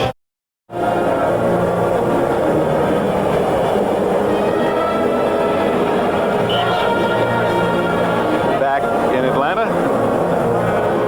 2 minutes left. I'm not going to say it. I'm not either. You get in trouble when you make comments on those pretty young ladies on the sidelines. Billy Taylor down at the 20-yard line saying, hey, just tackle me and let's get this thing over with. Oh, wait a minute now. Did Atlanta just call timeout, or was that a mirage? The AFC versus NFC, you know, for the first time in almost a decade, the National Conference had a winning record against the AFC last year.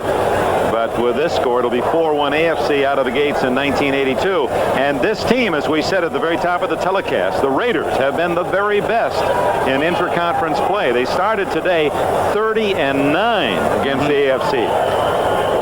I want to make a comment about George Anderson. Oh, yes. George, the trainer.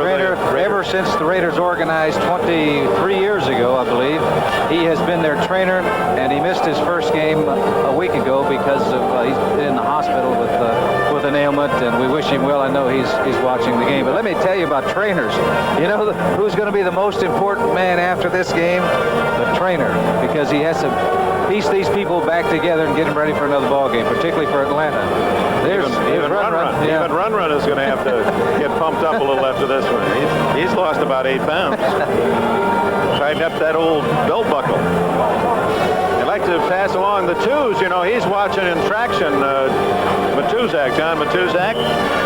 Here are the finals, 31-7. Jets win. Dallas wins 24-7. For those of you who just joined us, overtime final, the Steelers beating the Bengals 26-20. The Eagles, that's a big win for the team of Vermeil, 24-21, coming from behind Kansas City. An upset win over the Chargers, 19-12. And here's 38-14, the Raiders. And Plunkett throwing. And completing. Todd Christensen, tackled by Tim Laughlin, number 51, and a flag is down back where Plunkett threw the ball. The Saints, Bum Phillips throwing a whitewash at the Bears in Chicago. Miami has the early lead against Baltimore, 7-0 in the first. 49ers, after losing to the Raiders last week, 7-0 at Denver in the first. Warren Bryant of the Falcons on the sidelines. Penalty stops the clock with 1:39 left. Illegal use of the hands. Third down. People probably wondering why Plunkett put that ball in the air, but it was third down and long, and his defense is tired. The offense really hasn't been out there that much this last quarter. And I'm sure that the Jim wanted to pick up a first down and have the offensive unit out there. They are a little fresher than the defense. Greg Pruitt is now in at running back for the Raiders, and he gets the call. Here's Pruitt. Good tackle at the 11-yard line. Number 34, Blaine Geisen from the University of Hawaii made the play, and the Falcons call time. Well, you know, you can't fault them for spirit. That has to be the definition of an optimist that calls timeout with 1:27 left, the other team with the ball, and you're trailing 38-14. And the coach sends you in there, his quarterback says, get in there and win it. You know the guy that really is my all-time optimist, though? My all-time optimist is that fella from Texas that went to Las Vegas, was it last year, with 2 suitcases, and in one suitcase he had $750,000 full of cash, and the other was an empty suitcase so he could take home the $750 he was going to win, and did. Bet one bet and won it all. Took home 2 suitcases. Now that's my all-time optimist. He captains my team. Partially blocked it, but roughing the kicker is the call, and here's where you hope that Guy's all right. He took quite a blow. But he's tough, former safety at Southern Mississippi. He's mad about that this late in the game. What are you trying to prove, he says. Well,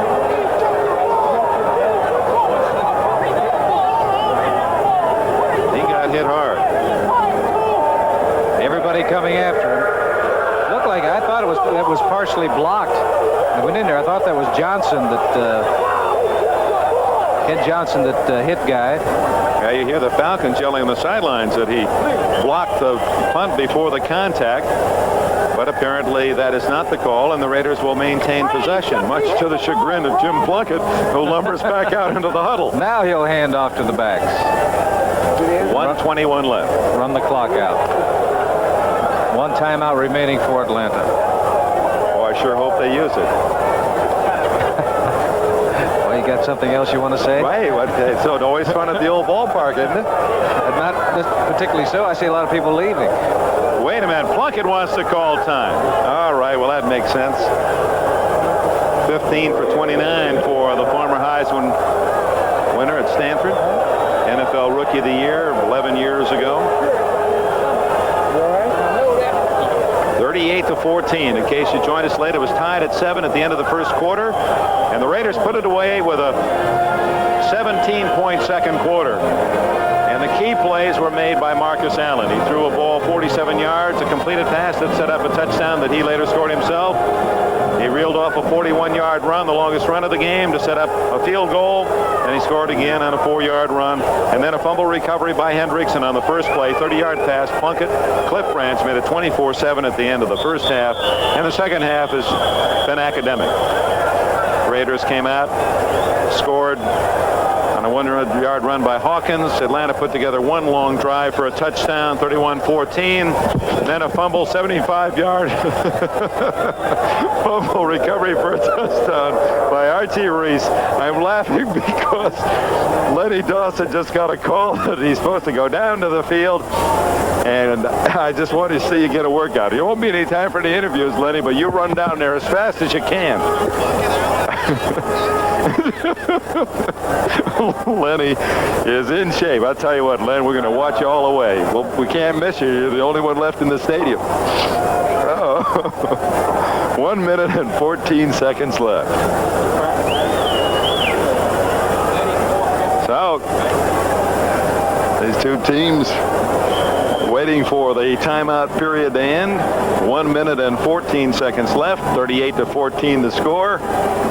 Bartkowski's totals on the day, 34 for 56, a record-setting attempts and completions. 375 yards is not a record. The old mark over 400, but all for naught as Tom Flory's team in the catbird seat and rocking.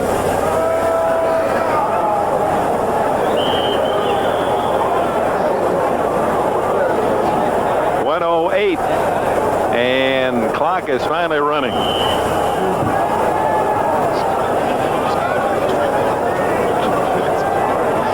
This may be the longest quarter in history. 9-1, Minnesota beating Kansas City in the 7th, and the Angels have beaten the Blue Jays.